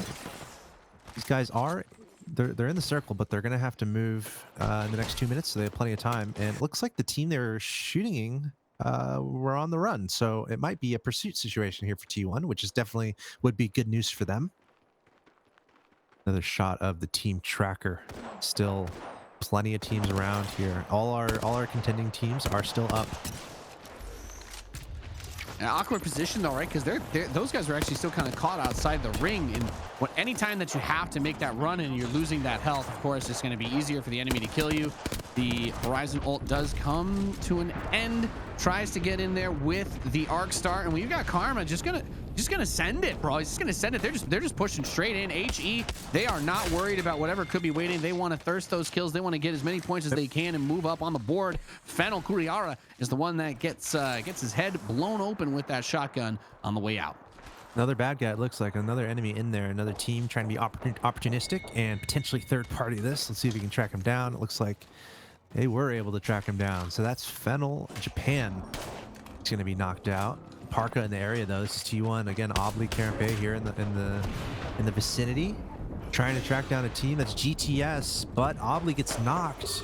That's a pretty big deal. T1 needs to survive this. It is absolutely integral for them to survive this and pick up some kills, but that's another man down. Only Parka up the horizon, using the Q, going up to the high ground, trying to help teammates out. But that's an ultimate from an enemy Gibraltar, so she's going to have to... Really good movement, though. Parka's going to have to stay evasive for now, and now it's decision time. Do you try to clean that up, or you just... I'm not going to say the R word, but... you just try to survive. I mean, not only was there a normal one on that roof, they have the mobile beacon as well, but you need that area to get cleaned out. And I'm not gonna lie, the value of this real estate's gone up a pretty good amount. So USG pushing up. There's, you see that Mastiff, unfortunately not able to get it done on the Wraith, and Yavolki trying to hold it together. Parka, well, what? Parka blasts Brasidian there. So basically what happened was Parka recognizes, okay, I can't actually fight against this. There's too many people here. There's 2 teams. But instead of getting third party, they leave, and then the Horizon comes back and says, okay, now I'm third partying you again because you guys killed all of each other or knocked all of each other, and now I can get it done. And we actually did just see Parka go down. So I believe that is was that Crazy Raccoons that wiped them there as well. Absolutely brutal, because Crazy Raccoons, that's a big competitor for them, and I believe Reignite is still up from what I am seeing is on that scoreboard. We haven't gotten to see too much of them, but we are definitely going to have to keep our eyes on them along with Crazy Raccoons and Selly, who's been landing some beautiful, beautiful sniper hits in today's games. Really good cleanup there by Crazy Raccoon, but the showman Parka pulling off some really nice play to come out on top, at least initially. So a ton of credit to Parka, able to live a little bit longer, even though T1, even though his teammates get knocked. But at the end of the day, Crazy Raccoon hearing that fight, jumping in there at the right time, and deleting Parka from the map. So T1 is out. Huge opening here for Reignite. We can see them. I believe they're in the middle right-hand side there of our mini map. They have a fair amount of room to run. SBI is to their right. Crazy Raccoon, they're the other team that's really in contention. Jupiter Vega, remember, they're not too far away. They're in our top 5. They're still in that same building that we saw before. But it's interesting seeing the movement from Crazy Raccoon right now, moving through the tunnel. They seem pretty confident. Crazy Raccoon seem pretty confident right now. They're the ones kind of moving around in this map, looking for other teams. Everyone else is kind of staying still. So we'll have to see how this develops. We still got a little bit of time, and then the storm's going to come in, and Reignite is going to have to move. So this is going to be a really important game here for Reignite. We'll have to see how they handle this. Yeah, this is the kind of moment now with T1 taken out where they can really, really cement themselves and kind of, you know, cement that lead, really. Not that Crazy Raccoons is still something that they can ignore, but Crazy Raccoon needs kills. If they're going to win, yeah, they this, need to get kills outside of just placement, Yeah. right? And it's been the other way for T1 where they needed placement instead of just the kills. And Reignite's been doing a really good job at playing for placement across the board. And by the They've way, got a decent Reignite amount down of to kills. 2 players. I don't know if we noted that earlier, but Reignite Yes. doesn't have the Yeah, it's just potential 2. here to get the kills going. So can Crazy Raccoon identify this? And you know, they've got to think they're the strongest team in the lobby right now, and they, you know, they know what they have to do. You got to get the kills and get a good placement. So the pressure is on Crazy Raccoon right now. Can they pull it off? Playing from the inside of the tunnels, this has been a pretty safe spot. This has been a strong position that a lot of teams have played from today. When T1 won their match at the beginning of today's broadcast, it was actually from this position. They played a really good job covering the entrances, but also on their move outs. They were not caught. And it's quite difficult, of course, because you're not going to be able to use some of your other utility as easily. There's not much space to hide a drone. Not that there's many cryptos in this game anyway. Not much space to... Well, you have a roof, so you're not going to be hitting them with that Gibby bombardment either. Get some shots down to the low ground from GW. Eden on that 30-30 repeater. Not something that we've seen. I don't think we've seen too many players rocking that and able to get too much done with it. It is kind of a fun weapon, though, as they get the shield while they're moving down. But there's a whole lot of chaos raining on top of them and not a lot of room for them to rotate to somewhere safe. Yeah, there's a lot of teams having to move in here, including Reignite. Reignite is somewhere in the distance. Nope, they got knocked out. All right, Reignite was one of those teams that was trying to make that move in. They get deleted. Lag getting the better of SBI there. Really nice fighting. And teams dropping left and right. Crazy Raccoon still in contention. They've been in a good position for a while now. Honestly, Crazy Raccoon is probably upset that they're not a part of some more of these fights. The urgency should certainly be there. We're seeing Game With right now trying to clean up these edges. Not many teams left. This game is going to end very soon here.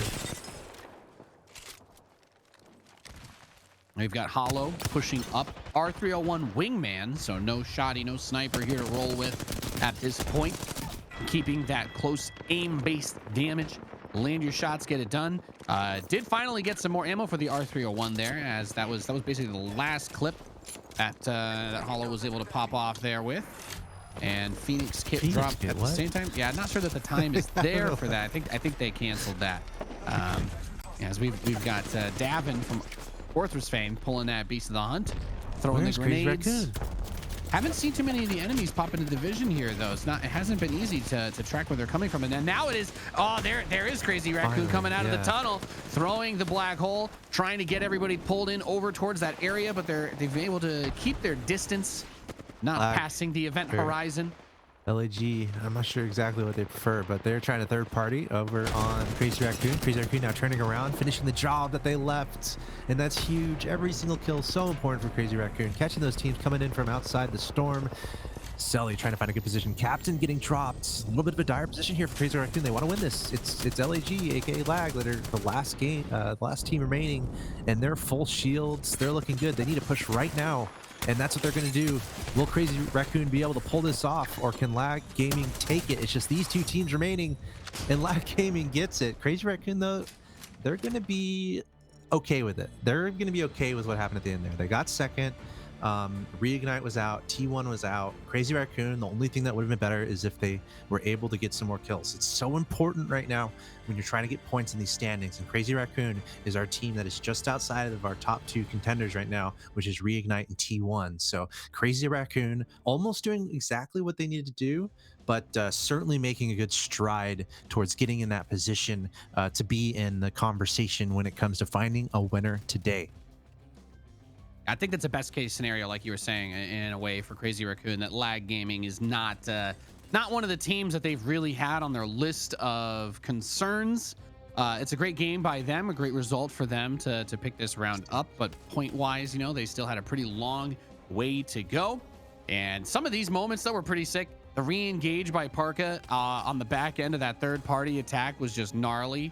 Huge wipes there. Yeah. And that kind of move is just absolutely disgusting. When you're able to come in there, you shut down both of the teams in a critical moment. And coming up, good massive play, had the teammate on the backside to cover as well. Calping moving forward with that Spitfire. We've seen a lot of that. You know, this okay, I can't make a Spitfire joke. I'm sorry. I'm not ready to have chat rip me apart that hard. Spitfire pretty good. You see a lot of it for a reason, and it was well employed there in securing that victory for Lag Gaming. So very well done on their part. And we're going to go to a quick break while we tally the scores and see who killed each other the most. We'll be right back after this with more GLL Spring Masters. Welcome back once again to the GLL Spring Masters. I'm Nathanius, joined by Axel Toss as we make our way through the APAC North Grand Finals here for Apex Legends. We've only got a couple of games left to go. And it's coming down to the wire, Axel Toss, because the tippity top teams at the tip top have not been able to really lock it down, and we've got still some pretty close scores across the board.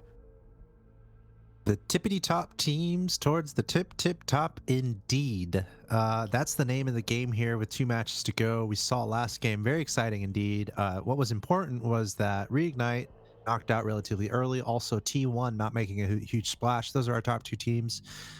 So below them, Crazy Raccoon, they did almost what they needed to do. And now we get to look at the very important standings. Oh yeah, look at that. Exactly what we were talking about. Crazy Raccoon closing that distance a little bit. Now it's T1 143, Reignite 141, Crazy Raccoon 140. It might be safe to say that one of these 3 teams will be our champion, which is pretty exciting. Not to say that Jupiter Vega or even Fennel Korea, maybe a little bit further, can like go nuts and like win too. But there we are. It's as close as you would want it, Nathanius. Yeah. And that's the way I like to see it. 140, 141, 143, and there are only 2 rounds left. We're gonna have game 15 and game 16 up next. This is what I love to see. We have it. It's so close. It's so competitive. Any of these 3 teams can win. There is no more time to build a lead. If you think that one of these 3 teams winning this game could do it, that final map could easily switch it back the other way too. This is it. Everything has to come out. You know, throw everything, including the kitchen sink, go get a new one, and then throw that one too. There's just so much pressure now as well, which makes me more excited, because it's more likely to see the mistakes or somebody really shine when the heat is on, right? Just 2 games left, a 2-point difference. Yeah, it's as close as it can be, and based on the matches that we've seen, there's no reason not to expect it to keep being close. Like this might very well come down to the very end, and I'm definitely here for it. So we are moments away from getting into our second to last match. This region has been a treat to watch.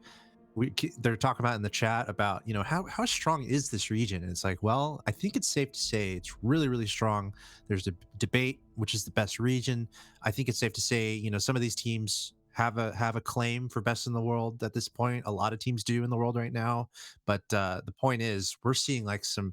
Not only are we seeing like such a close tournament, but this is the highest level of Apex Legends out there right now, and we're gonna see these teams faced with a situation where it all comes down to this in classic esports tournament gameplay. This is bottom of the ninth, bases loaded, 2 outs. This is that moment right now for these teams with 2 matches to go, with how deadlocked it is. So, whew, it's going to be great. I kind of want to see some predictions in Yes. the chat of the top 3 that we see. Who do you guys have taking it? Again, Reignite, T1, Crazy Raccoon. These are the 3 that are really in contention right now. Who do you got? Get ready. It's all about to come to a conclusion here. 2 matches left. Love I'm it. just so excited. I love I can't wait. I can't wait to get into the game and see what happens. There are so many things that we've been able to bear witness to. I'm gonna every night for the rest of my life, I'll lie down, man, think, man, I can't wait to have sweet dreams about GW versus CG and Lava Town. I'm gonna tell my kids stories about that one day. And possibly, however, this one ends, because we had another unique winner, of course, here in Lag, and we get to watch them make their way onto the field as we kick off round 16. And this has just been awesome. It's been so exciting. It's been so back and forth. And I mean, you can't really ask for more than this. As commentators, I don't know about you guys Right. watching, but you That's can't what I'm really trying to ask more say. for that. You can't ask for much more than a super close game with really good gameplay. And it's not like anybody did something weird or cheap. We didn't all sit here scratching our heads saying, how did they get 140 points? They were landing P20 shots from 100 yards away. Like, what? No.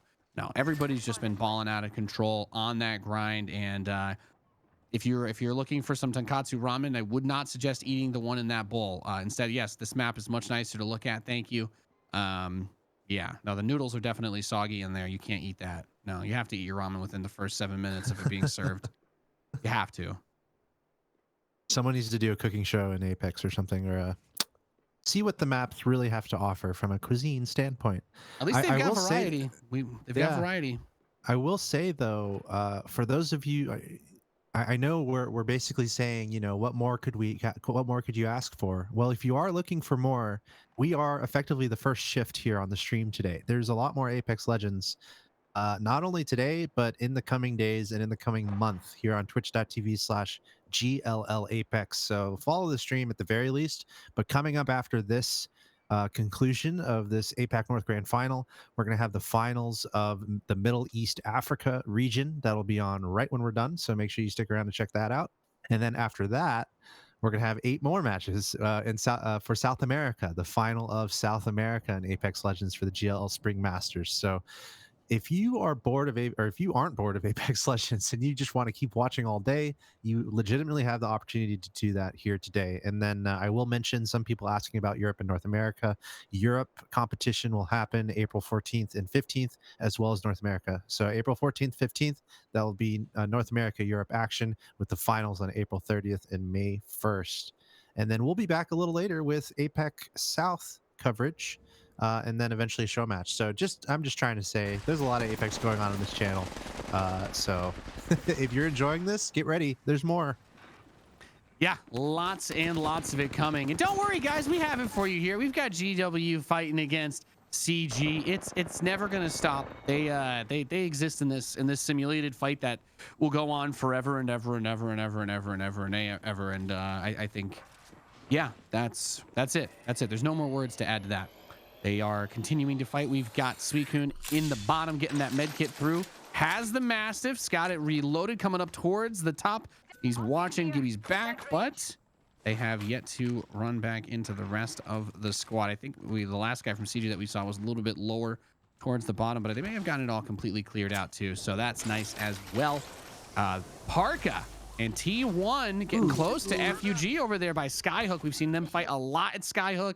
This has been, I mean, their rotation path, right? They've landed Trials, Lava Fissure every single game, rotate Skyhook, and then depending on where they need to go, head south or head east through tunnels over towards the West Destroyed Town. I think building engagements are always tricky. You're the caustic player, so you probably like it more than I do. But I'm the guy And who nobody's walks even in. played caustic. We I didn't see, know. by the way, a single caustic this whole tournament here. All right, you know, I mean, I'm a sick griefer. I would have just been happy to see him once, just literally at any one singular given time. But I couldn't even get that because we've got Barca going through that door blown open.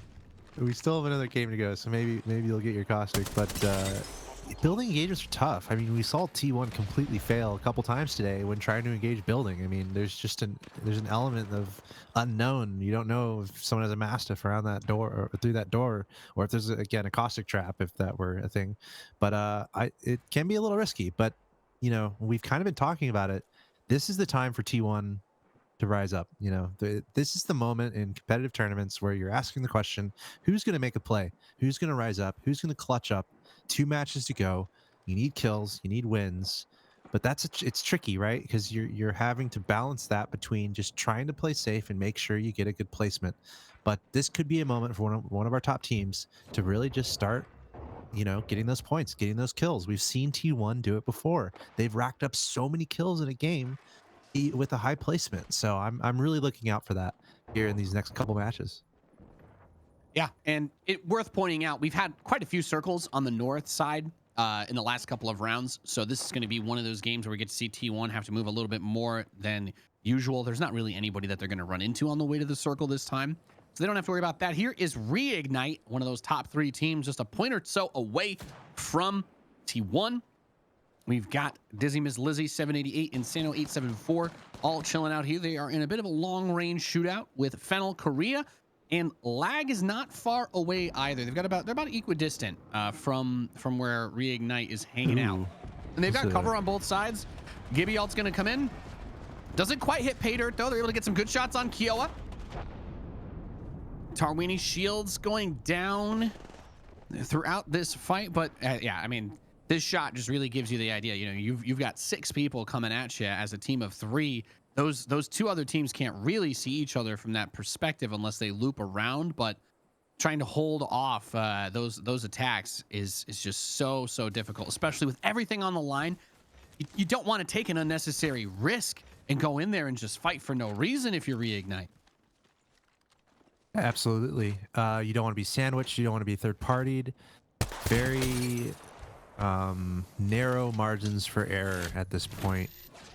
And we see a lot of teams just posturing, not really willing to make a push, not really, you know, just trying to lock down, get vision on the nearest opponent, and then just kind of chill and wait for the game to kind of unfold. So again, I'm really looking out for that moment for one of these teams to take initiative. Let's go this It's way. risky. It's the risky play, but take initiative, get some kills if you're one of these top teams, and take that risk to try to win the tournament. So I'm really looking out for that. And yeah, this game developing here. The storm is coming in for the first round, and we're going to start to see a lot of movement. You mentioned about the circle. It's kind of in an area where there's already a lot of teams, so I feel like we're seeing a lot of teams already get to the kind of where they want to be, and then just set up shop. Where the pressure is going to come in is going to be these teams that have to travel a longer distance. We see T1 here playing edge guard. That's FUG. They would love to pick up these kills. This is a huge moment for T1. Yeah, and they were skirmishing with these guys earlier back over at Skyhook, but they rotated way ahead of them. Were able to get into a good position, and as we see there, it was just boom, laser, laser, laser. Each one of them picked one of the others, and they just racked and quacked them.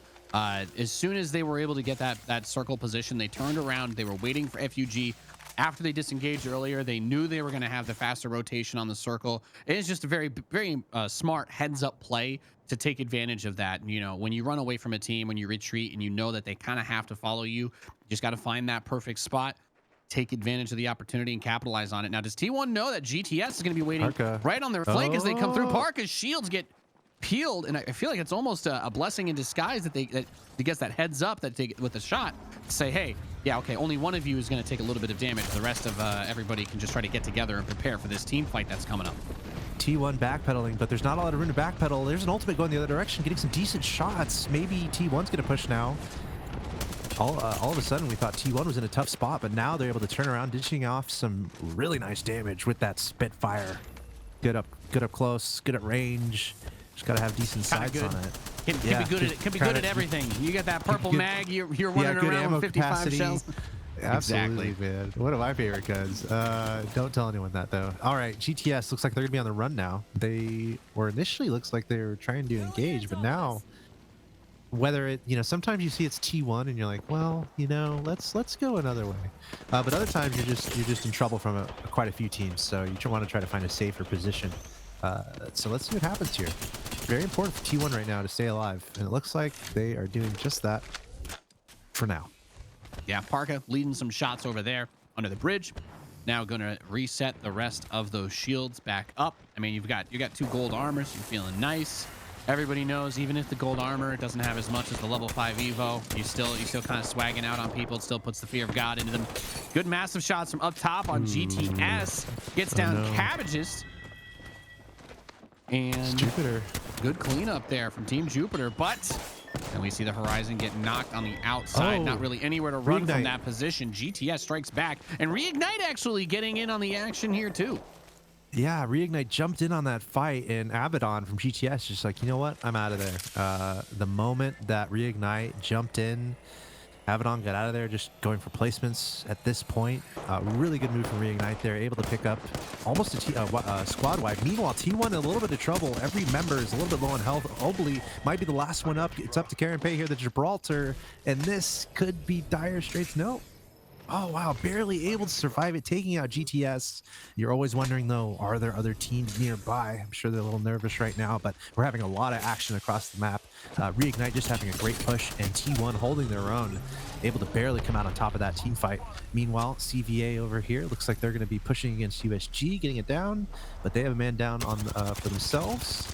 So yeah, someone in the chat just said it. This region likes to fight a lot, and I think we're seeing that. We're jumping from fight to fight to fight here. A lot of fights breaking out. Yeah. I mean, I just saw people prone under the water on the beach, just waiting for the circle for 40 minutes. My bad. Shikado comes around towards the side, is going to help get Nagmegs over there right by the portal before they could try to escape through it. Good pickup there. 2 shots, gonna reload. I think that's 10 total on that Kraber for Chicago. So lots of there was lots of opportunity there. Actually drops it. Gonna go instead for that Eva 8. Wants to have that close range shoddy power, and I think as the circle continues to close in, can't really fault somebody for that. And of course, you might just be trading that Kraber to one of the teammates. T1 still running in, I'm pretty sure, so we'll have to look out for that. Looks like GW and Serpent both caught outside the circle. Or in the storm. There's quite a few teams actually caught in the storm. A 1v1. You know what just happened there? That was a 1v1 and both players just died outside in the storm. That's pain. That is. It's like you both know you're not long for the world, so you're like, you know what? Let's just fight it out to the death. There's an art to that. There's some poetry there somewhere. So we've got Mito going for the shield regen as they make their way back into the ring. Want to have that at least front load a little bit of that health. And oof, I'm not gonna lie, that Bloodhound health got very low off the use of that med kit, because we are not in circle 1 anymore. You are taking a beating if you're not getting inside the ring. Absolutely cannot afford to spend too much time there. Of course, you're gonna be burning through your resources, which can, that's the thing about Apex is you can always mitigate what you're using. Because if you kill the other team, everything is like fully hopped up and reloaded when you take it off their bodies, etc. Like the armor, for example. So you don't really have to worry as much if you know you can win the fight. But if you don't win and then you've burned everything, yeah, well, that's sadness. It's almost as sad as going prone in a dark corner by yourself like that. Sometimes you have to, though. And to your point there, and I kind of wonder about it. Obviously, resource attrition is the name of the game as the game goes along, as you get to the final circle especially. Hold that thought, though. So we got a fight here, and this is one of our contending teams. Crazy Raccoon. Looks like they're trying to push against Serpent and Fennel Japan over there, but they're receiving some shots from SBI, so they got to be careful. Yeah, what was I saying? I forgot. It's okay. There's a lot of craziness happening. Yeah, it's just the action just is nonstop.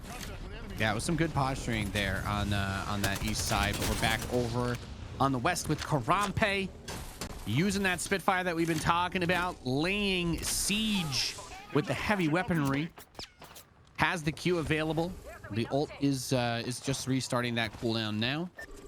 And coming around the outside. And this, this is the reason why Gibraltar is going to be on every single team that you're going to see in competitive Apex, especially if people are playing on maps like World's Edge. The bubble for repositioning through these open fields, it is impossible to overstate the value of not just being able to create space for your team, but we've also seen teams use it to try and cut off certain movements. Like when they're going in to deny a heal, they'll throw their bubble on the enemy team so that they can't shoot at them while they come in to engage. And there's a lot of different ways that you can do that. I think that's one of the most fun things about Gibby. He's really come into his own, and kind of kind of a necessity for these compositions. Sorry, I forgot how to speak for a moment there. I wasn't sure if I was going to say the word necessary or necessity.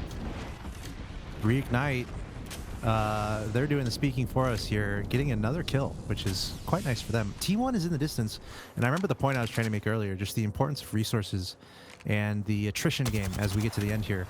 What resources do you prioritize? What do you kind of want? You talk about health, you could talk about meds. Ammo is really important. That's why these teams generally are going to diversify their weapon set so that each player is going to have somewhat different ammo. There's a lot of things to consider there. For me personally, I love those grenades, so I always kind of wonder about that, how many grenades you're holding, and that is going to be a very scarce resource as you get to these final stages. So always interesting to look out for what these teams are holding on to, especially in these really important moments towards the end of the match. 11 squads remaining. Lag shooting down the hill there. Quite a few teams in a pretty small area. Speaking of which, that's that's Flora and SBI going at it in a very tiny A-frame building. Honestly, that upstairs is where I'd normally throw a bunch of traps to try and block the doors. So you see the Gibby bubble comes in, cutting off about half of it as Team Flora is able to get that wipe, and they've shown a good increase in strength since picking up that dub. It's been nice to see that. They've been really looking strong. Reignite still in it. Fennel Korea, Crazy Raccoon, T1 all still in it. Fennel Japan, I think, looks like they're down to one player along with USG IXIA. So not feeling super good over there. And honestly, we haven't had a circle, I think, in this whole entire tournament finished by the geysers. So right. that is one of the other things I find fascinating. That's one of my, actually, when World's Edge just kind of came out, that was one of the first places. I always like landing there because there's just a bunch of tight hallways and doors in those buildings, and you can block them with traps, and then then you use the finisher and you get killed while you're using it, which is why pros don't use it. But I digress. Here's T1.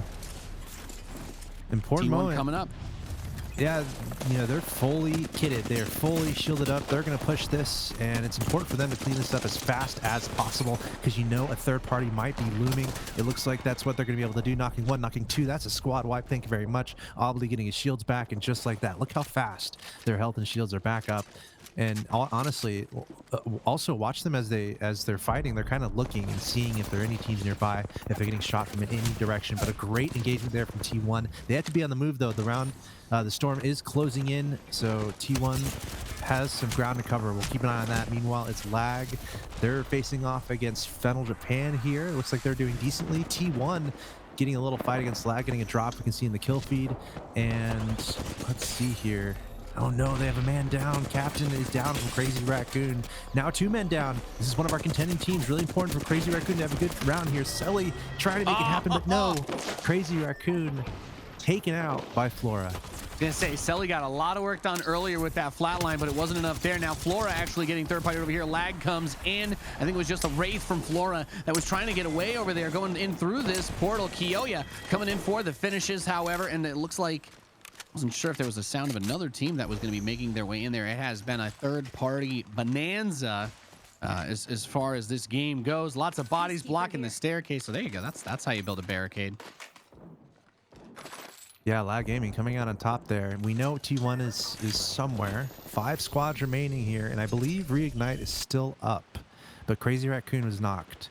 They're out. They're out of this game, and that's important. So Crazy Raccoon is going to have a huge match next game no matter what. We see Reignite, 3 men still up in the building on the left-hand side. We see T1. They're outside. We can see them on the right-hand side of our screen here, trying to get some high ground. They know there's a lot of teams below them. Sliding down, they might try to take this engagement against FA. Let's see what happens. Yeah, T1 just riding on the outside. In this kind of situation, you can hear the movement of the players on the inside. The guys inside can hear the guys outside that are running around. We've got FAOIO Tappy. He was just holding that door, but they're actually going to push into the building. a little bit back towards closer where Lag is. Not going to try to force their way through FA. And Lag's been doing a really good job taking their fights this game. So I feel like there's a little bit of maybe they just wanted this building. They want their own space to hold on to rather than trying to force a fight.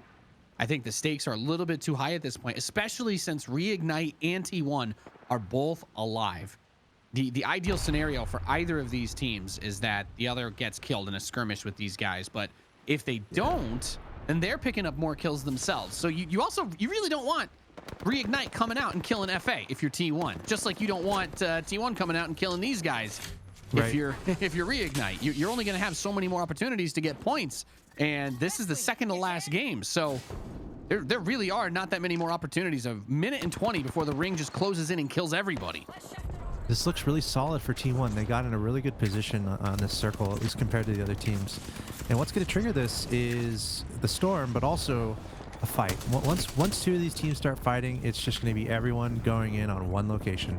So, and then this game will be resolved. Again, the teams look out for Reignite and T1. Who's going to come out on top? Looks like Reignite's in a little bit of trouble. FA ending up, looks like they're going to push that. And 788 is on the run. Yeah, so he's on the run from Reignite.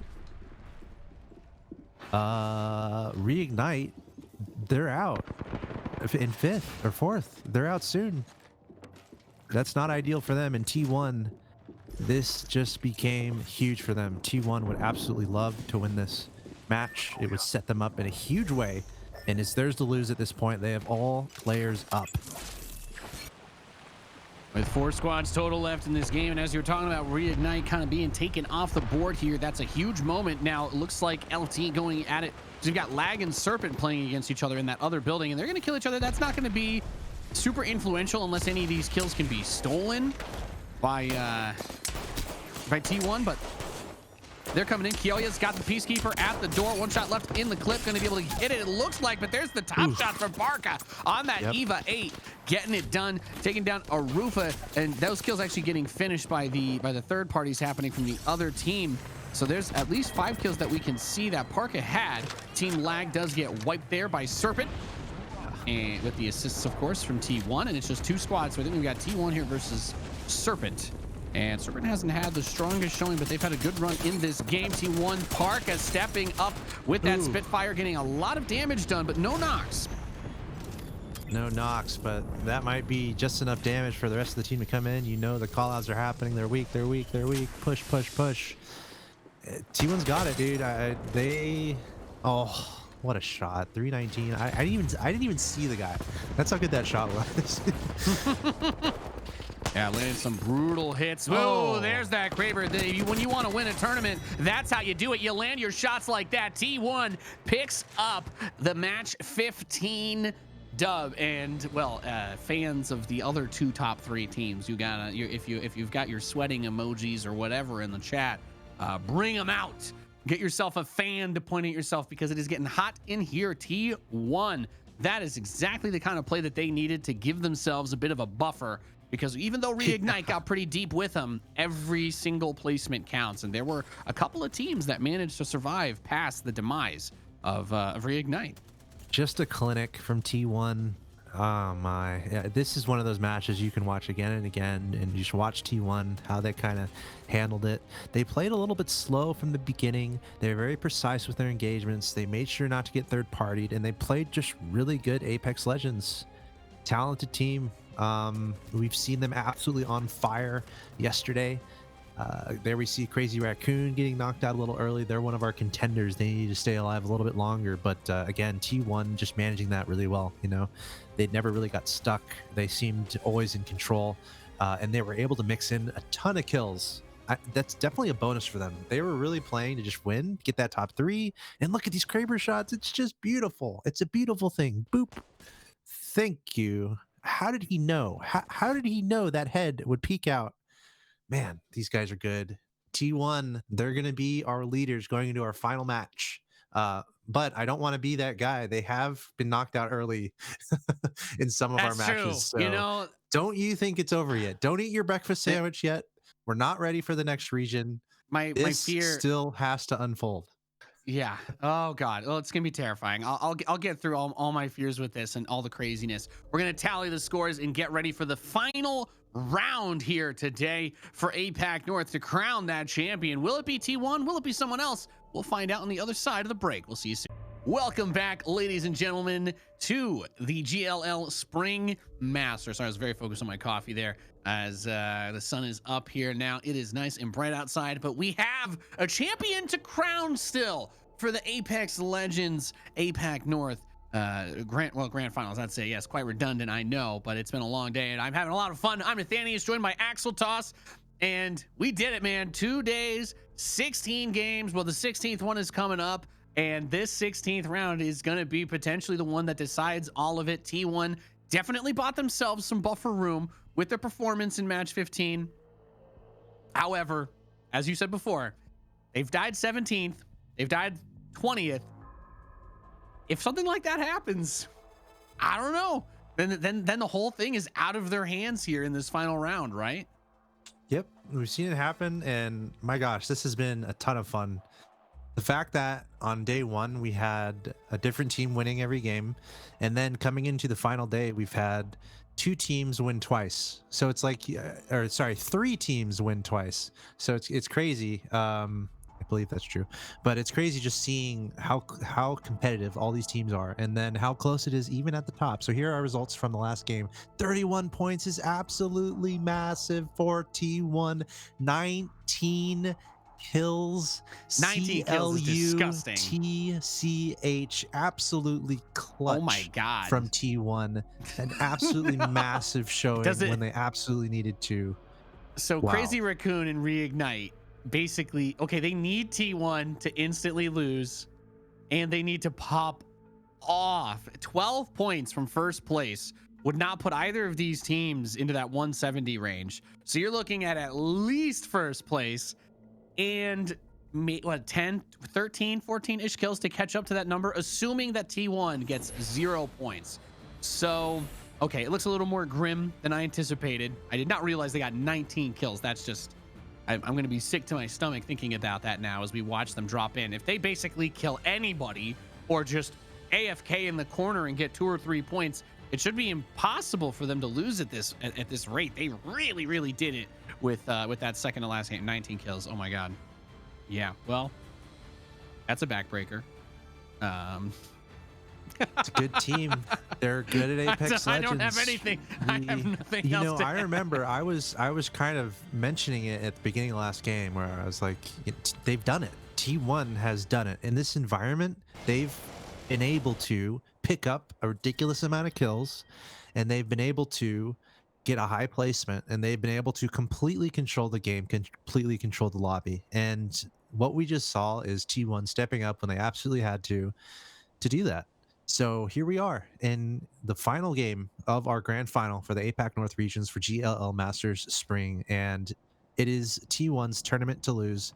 They are certainly a heavy favorite here in this game, and you pretty much laid it out in basic mathematics. T1 effectively just needs to finish outside the bottom 5, pick up at least like 3 kills, somewhere around there, and also this is one of those and also situations. Reignite and or Crazy Raccoon needs to have an absolutely nutty game, crazy game. They need to pop off. Yes. They need to do what T1 did last game, and I would be remiss if that is not going through their minds right now. So look out for Crazy Raccoon, look out for Reignite. They know what they need to do. T1 put it out there, and Crazy Raccoon and Reignite is up to them. Pick up the kills and make this game happen for themselves.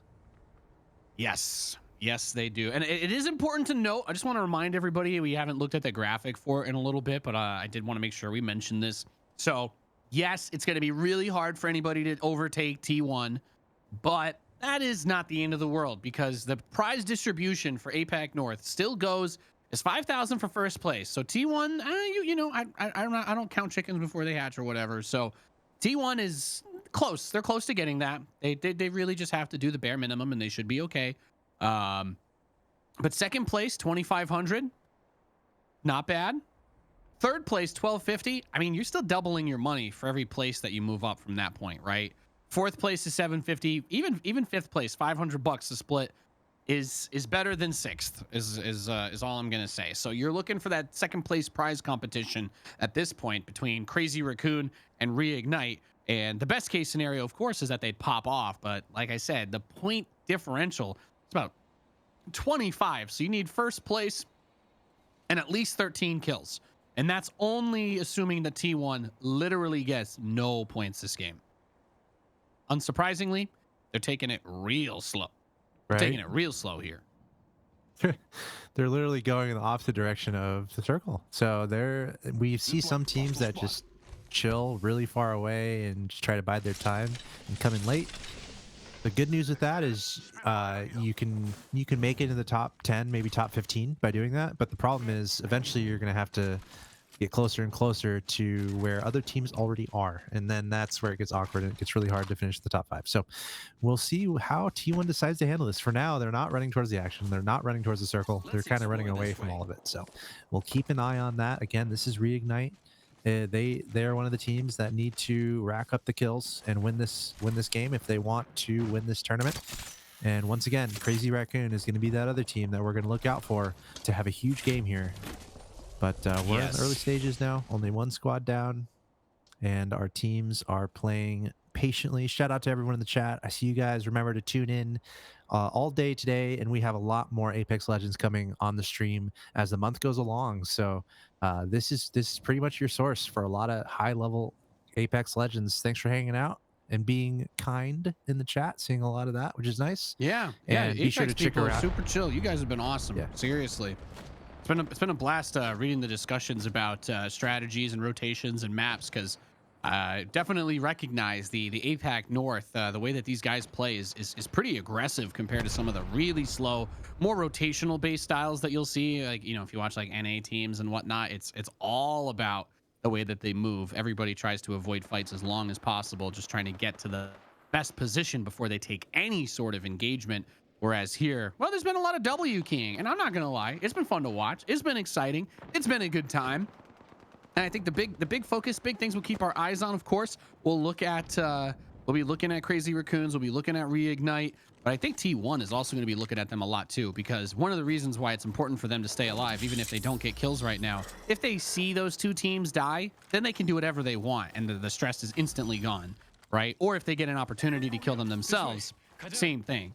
So you don't want to pass up the opportunity to save yourself in a worst case scenario. You don't want to just die and be like, hope the other team doesn't get 25 points, right? So I think all things considered, some pretty solid moves out of him. Reignite was pretty close to where that circle was ending up though, right? I think was it closer towards thermal this game?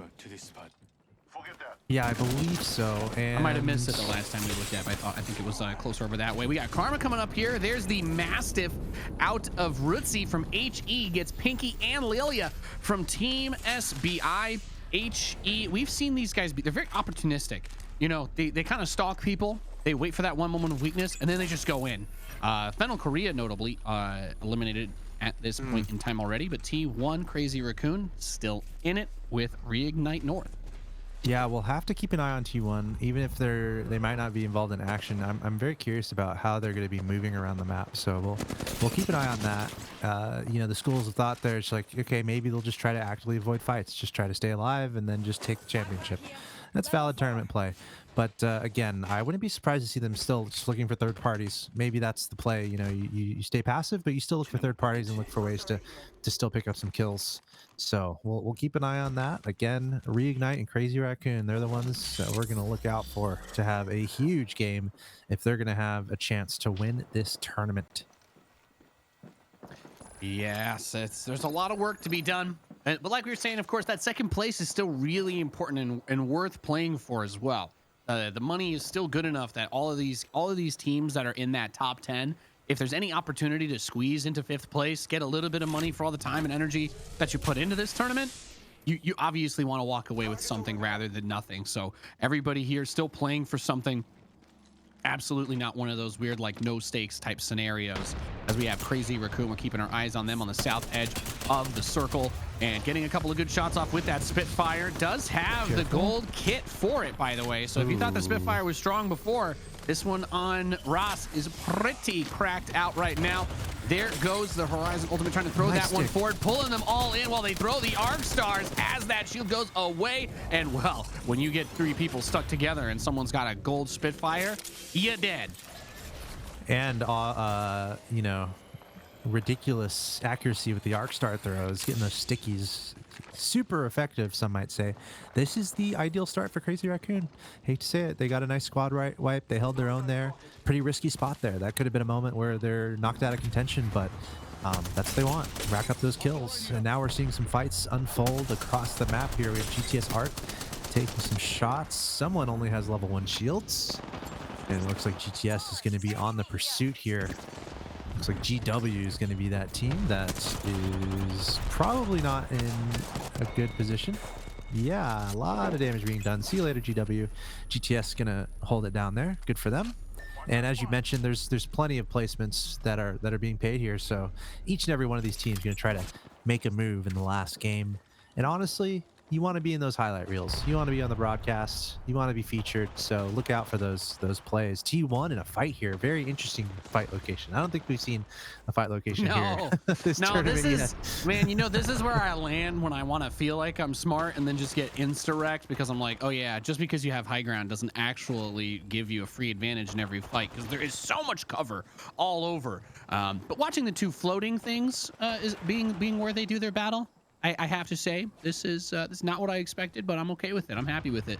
And basically, like we said, any kills from T1 here are basically tournament securing kills. There is the black hole pulling in on the side of the inside of the building, not able to really get too much done there.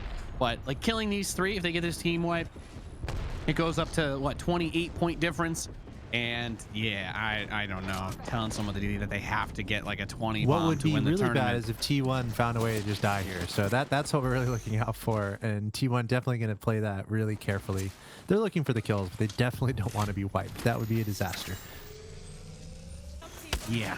It honestly is still not even that bad, right? Like the absolute worst case scenario for them is that the tournament becomes the most highlighted, talked about tournament we've ever had because of the most crazy comeback, and they still get 2,500 second place. Parka, however, coming up forward, gets those shields peeled off. Tauntaun coming up on the back. Jumping up is CBA Pachi. Obley gets in the face of him, but not quite able to secure the kill. Karanpe gets it with that shotty, and we have seen some beautiful plays out of T1. Those are exactly the kinds of moves that have guaranteed their position in this tournament, and I feel a little bit more comfortable saying it now as they get that wipe. And we also, with less than 15 squads remaining, you're going to start to get a point or 2 for placement, which once again, just another thing keeping that gap up for T1.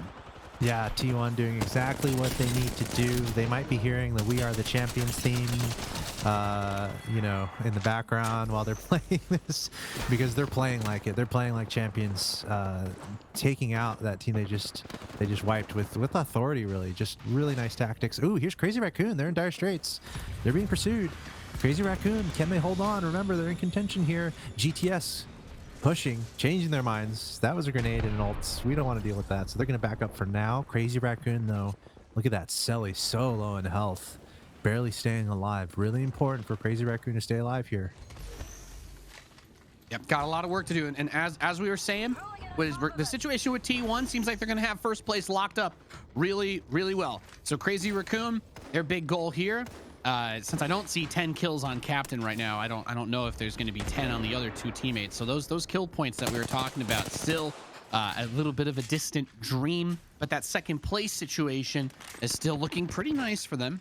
It is going to boil down, I think, a lot to where Reignite ends up falling, or how many kills they end up getting too. As we make our way towards the end of it, this is the final round. So having all of those points together here, this is where it all counts. Every game that we played the last 2 days has all been so that we can reach this point where we're like, hey, final game, get 10 kills and you're in, right? Kind of situation going on.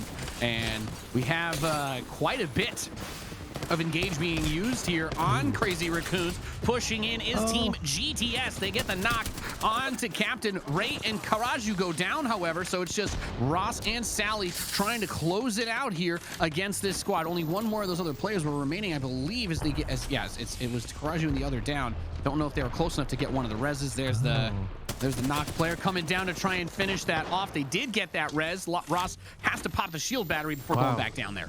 Huge res in the open too. They're somehow able to figure that out, and now we're getting some kills. That's what they need.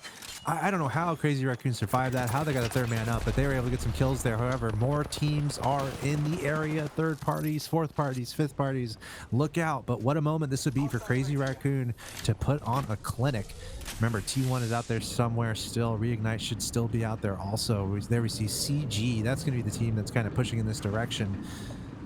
Crazy Raccoon, you need to get your health up. You gotta get your health up. Gotta get those gotta get those shields up. Looks like they're gonna be able to breathe for now. All right, back to T1, and that is an ultimate from Bloodhound from Obly, and they are pursuing another team, dropping. Oh no, that's Reignite. That's one of the top teams. That's one of the teams in contention. What a huge engagement for T1. I don't know if they were able to wipe Reignite there, but at least one man is down, and T1 is gonna be really happy about that. Yeah, that is problematic. Not quite as problematic as being forced into this position. Feels very comfortable though. You know, these are some pretty nice rocks. And Dizzy Miss Lizzie, she has found that she prefers the rocks that look like they're on fire. You know, this is what happens when it gets cold outside. You got to stay warm. Just chill on the inside of an active volcano. No big deal. I guess the whole world is kind of a volcano, really, if you think about it. At least that world, the world that World's Edge is on, is yeah. They got, I don't know, man. You got some ecological things going on. True. If there's that much fire around you, I mean, I guess that's why, you know, it's a giant fight to the death, and it's not, you know, that's not where you go to get your morning coffee. Yeah, we might and there's probably going to be developments as the seasons go along, so we'll see how that, if it ever cools down. But we saw that, dude. We saw Reignite down to just 2, so that's tricky for them, especially with Crazy Raccoon having such a good game. Again, even if we're not going for first, there's still second that's out there. Meanwhile, CG picking up the kill lead. However, guess who heard that fight happening? That's Crazy Raccoon. Selly jumping in there. Selly jumping in there. And Flora, as you mentioned, on the other side. Crazy Raccoon looking to pick up some kills. You got Captain and Ross on the building, getting Shakabu right next to that respawn beacon. Very low, shields peeled off, gets knocked, looks for the finish. Shakabu has been taken down. The finisher there from Selly with that triple take. We've seen some really good triple take shots. And, well, I mean, all of the snipers out of Selly have just been very, very strong today. Flatline, triple take. We've seen a little bit more lean towards that flatline here in this second day of games. And, well, that's the reason why the sniper's there, because Selly been landing them hits big time. Yeah, and that's T1. This is actually really interesting right now. T1 and Crazy Raccoon are literally feet away from each other. And that's another team around the corner. Crazy Raccoon is in the middle of so many teams right now. Good luck to them. This is the time, again, where they need to step up and make it happen. T1 going to be playing it safe on the high ground here. Looking at Crazy Raccoon from above. Seeing that team come in from the right-hand side. And T1 looks to be in a better position as far as the circle is concerned. Crazy Raccoon looks like they still have to move. So this is dire for Crazy Raccoon. But again, this could be the moment where if, let's say they push T1 here. In theory, if they can push T1, knock them out, and then kill the rest of the people on the map, then they can maybe win this thing. I mean, you're still asking for a lot with that. But at the same time, for T1... with how far in they are, I think they basically guaranteed it, right? Does Crazy Raccoon try to push this with that in mind? I wonder. I don't think either of those two other teams are looking at 20 kills this game, no matter how good they've been playing. As Ross gonna come over, gets the shot on the black hole to shut it down. Well, it's generated by a little robot type thing. You can blow it up and get rid of it, but you know, it's more fun to just call it what it is. Not a great spot for Crazy Raccoon. That's T1 right above them.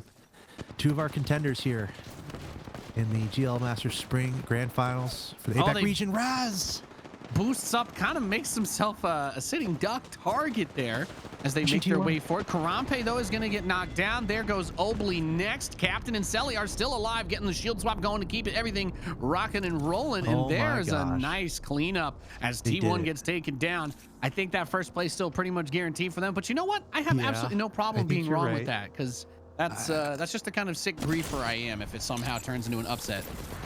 Honestly, though, all the credit to Crazy Raccoon. That makes me a huge fan of them. They knew the circumstance there, and they took the fight to T1 and they took him out. So Crazy Raccoon trying to pull off some some end game heroics here. These guys are so good I at like- these crazy situation fights, man. I'm thinking they're from Raccoon City. You know, they've seen it all. These guys are tough. They're battle hardened. And that was ugly right there. What we just got to see too. What? Here we see. What is Yep. this spot? Yep. I can't. Nice little cranny. When you want to settle down, but you know the housing market's a little expensive. In the hillside of Los Angeles, perhaps. Well, in that case, that hole in the mountain's probably still 300,000. Okay, Crazy Raccoon. I wasn't exaggerating. I think they'd literally have to kill literally everyone else on the map, and that might not even be enough. But kudos to Crazy Raccoon, competing to the very end. You love to see it. At the very least, they're gonna try to go for second place. That's 4 on captain. I don't know how much the other 2 have. I guess I'm keeping my eyes on that as we go through. There's only 3 squads remaining, so they'll get a lot of placement points. They've basically done everything they need to do, but I think at the end of the day, it still kind of boils down to, at least for first place, that situation with them. But I'm sure they're going to have second place locked in after this, though, which more than worth it. That was still very much up in the air, as that's the difference of, you know, $1,250 for third and $2,500 for second place. Still a good amount of money, decent chunk of change to say the least. These are the final teams fighting, and our lone player from Reignite actually has moved. So we'll see if he tries to re-enter the fight and tries to pull off a sneaky rat win. Someone just jumped off the... Okay, jumped down to the lava. Looks like Crazy Raccoon's still in a good position. 3 squads left. They look to be in complete control. Hey. 788, getting another one on the way out here hiding, but there it is. Crazy Raccoon is going to win that round. And you know, they got a pretty good amount of kills in that game. I think T1 got like 2 or 3 squad wipes though before they ran into them. So Crazy Raccoon did kill T1, but T1 started 25 points ahead, and I think it was actually Reignite that was in second as well. So Crazy Raccoon might have needed another extra point or 2 over them for that even. So they might have done that. I mean, it's I'm close. just gonna, you know, T1. We're doing the math behind the scenes right now. We're hanging out, we're stay tallying it. excited. Yeah, I have a feeling though T1 probably has it, and then Crazy Raccoon probably second, and then Reignite probably third. That's probably where it's at, but we're gonna find out. Let's take a look at the highlights. Crazy Raccoon, one of the teams entering that final match, needing to go absolutely huge. And guess what? They did. They held off some early game fights, and they made it through to the very end. Also looking closely at T1. Here's one of the first squad wipes they had. Very important moment. They're just trying to pad the lead that they were able to acquire in the last match, a significant lead. So T1 with that squad wipe might have done exactly what they needed to do to be our champions. But again, the story of the match, if it was T1 versus Crazy Raccoon, winner take all at the end, Crazy Raccoon took out T1 in a squad fight, but that's not how it works. But again, kudos to Crazy Raccoon taking the fight to T1, wiping them out, and then you could tell they were playing with a little bit of extra energy in this final match. Yeah, I'm look at this, 7 kills up there for the kill leader. It's gonna be pretty possessed. up there. There's gonna be Crazy Raccoon. They pulled off a lot of kills in that game. Yeah, and then it was just that drop down there towards the end. Just you love to see the game end like that. You love to see the game end like that, Axel Toss. That's all I'm gonna say. While we wait for that scoreboard to come up, but it was such a good time. I really think the thing that kept this interesting, and this, I don't know how dumb this is going to sound, but I'm just going to say it anyway. I feel like the inconsistency from T1 was probably the most exciting thing about this tournament, because if they had played like they did in this game and in the 3 rounds that they won, if they had played even somewhat consistently to that level throughout the whole tournament, probably would have won like 5 rounds and would have been like 100 points ahead by this stage of the tournament. So you know, shout out to T1 for not playing too well that it was over well before the final round. You know, kind of clutching it in that second to last round was pretty gnarly, because they got that. It was a 3-point difference, but then they won with 20 kills, and that's just, I mean, that's just demoralizing. They absolutely buried everybody in that round, and then like I said, I don't really think they ended up needing that much here, but they still got some anyway. So we'll have those results tallied. We almost saw something like that from T1. There, you know, the game that they won yesterday, right, where it was it was ridiculous. I mean, they got so many kills yesterday. They had like 30 more kills than the next highest team, which is insane at this level of play. So T1 had moments yesterday where it's like, okay, they might just run away with it, but credit to all the other teams too.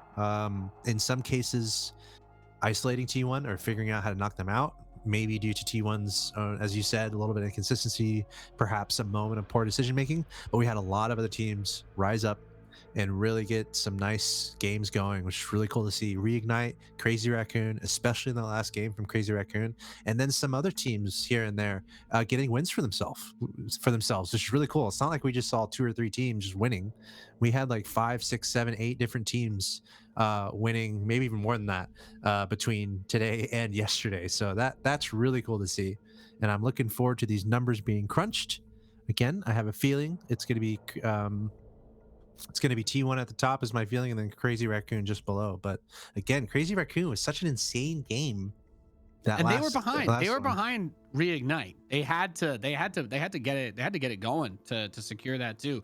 Or either that or they were only 1 point ahead or whatever. But it was close enough that what they did in this game did matter. It was very important for them to make it that far. And while we wait, as the results are coming in now, I'm hearing just a reminder, we've got a lot more Apex action coming up, but we'll get to that in a second as we have the score. So this is just for match 16. Crazy Raccoon picked up 31 points.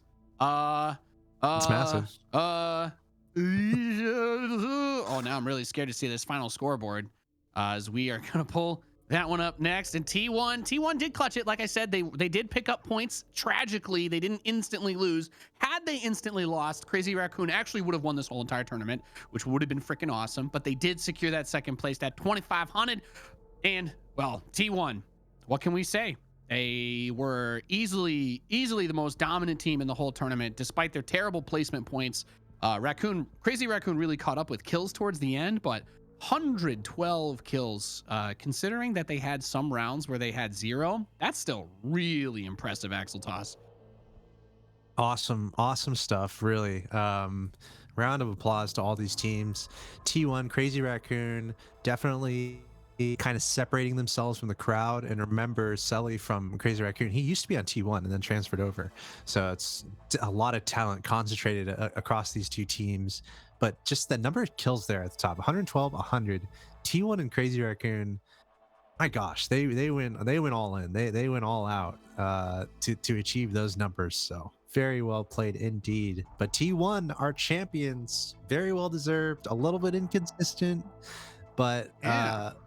And big shout out to Jupiter and Lag as well, making it for 4th and 5th. They're still getting that money. They're still getting some cash for playing these 16 rounds. This crazy tournament we've had over this week has just been awesome. Axel Toss, I love getting to watch Apex, and it's really fun to be able to cast it again. But I have to say, APAC North really delivered with just how crazy all of the games were. So much action.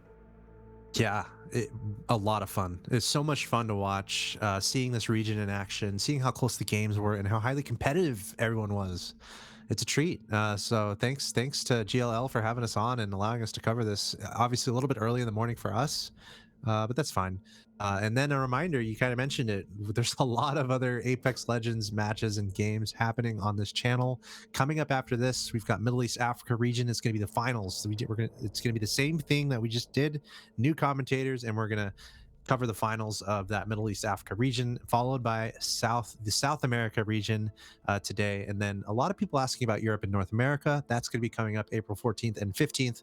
Basically, just a lot of Apex Legends happening on this stream. So make sure you guys check it out. And thanks for tuning in, everyone. Yeah, I think that does it for us here. Big congratulations again to T1 for that first place, ladies and gentlemen. That's going to do it for us. And like we said, I think it's going to be in about an hour. It should be on. They're going to be moving on to the rest of the regions here for the GLL Spring Masters. That's been Nathanius and Axel Toss. We really appreciate you guys tuning in and hope you had a good time. We'll see you for the next set of finals later today. Cheers.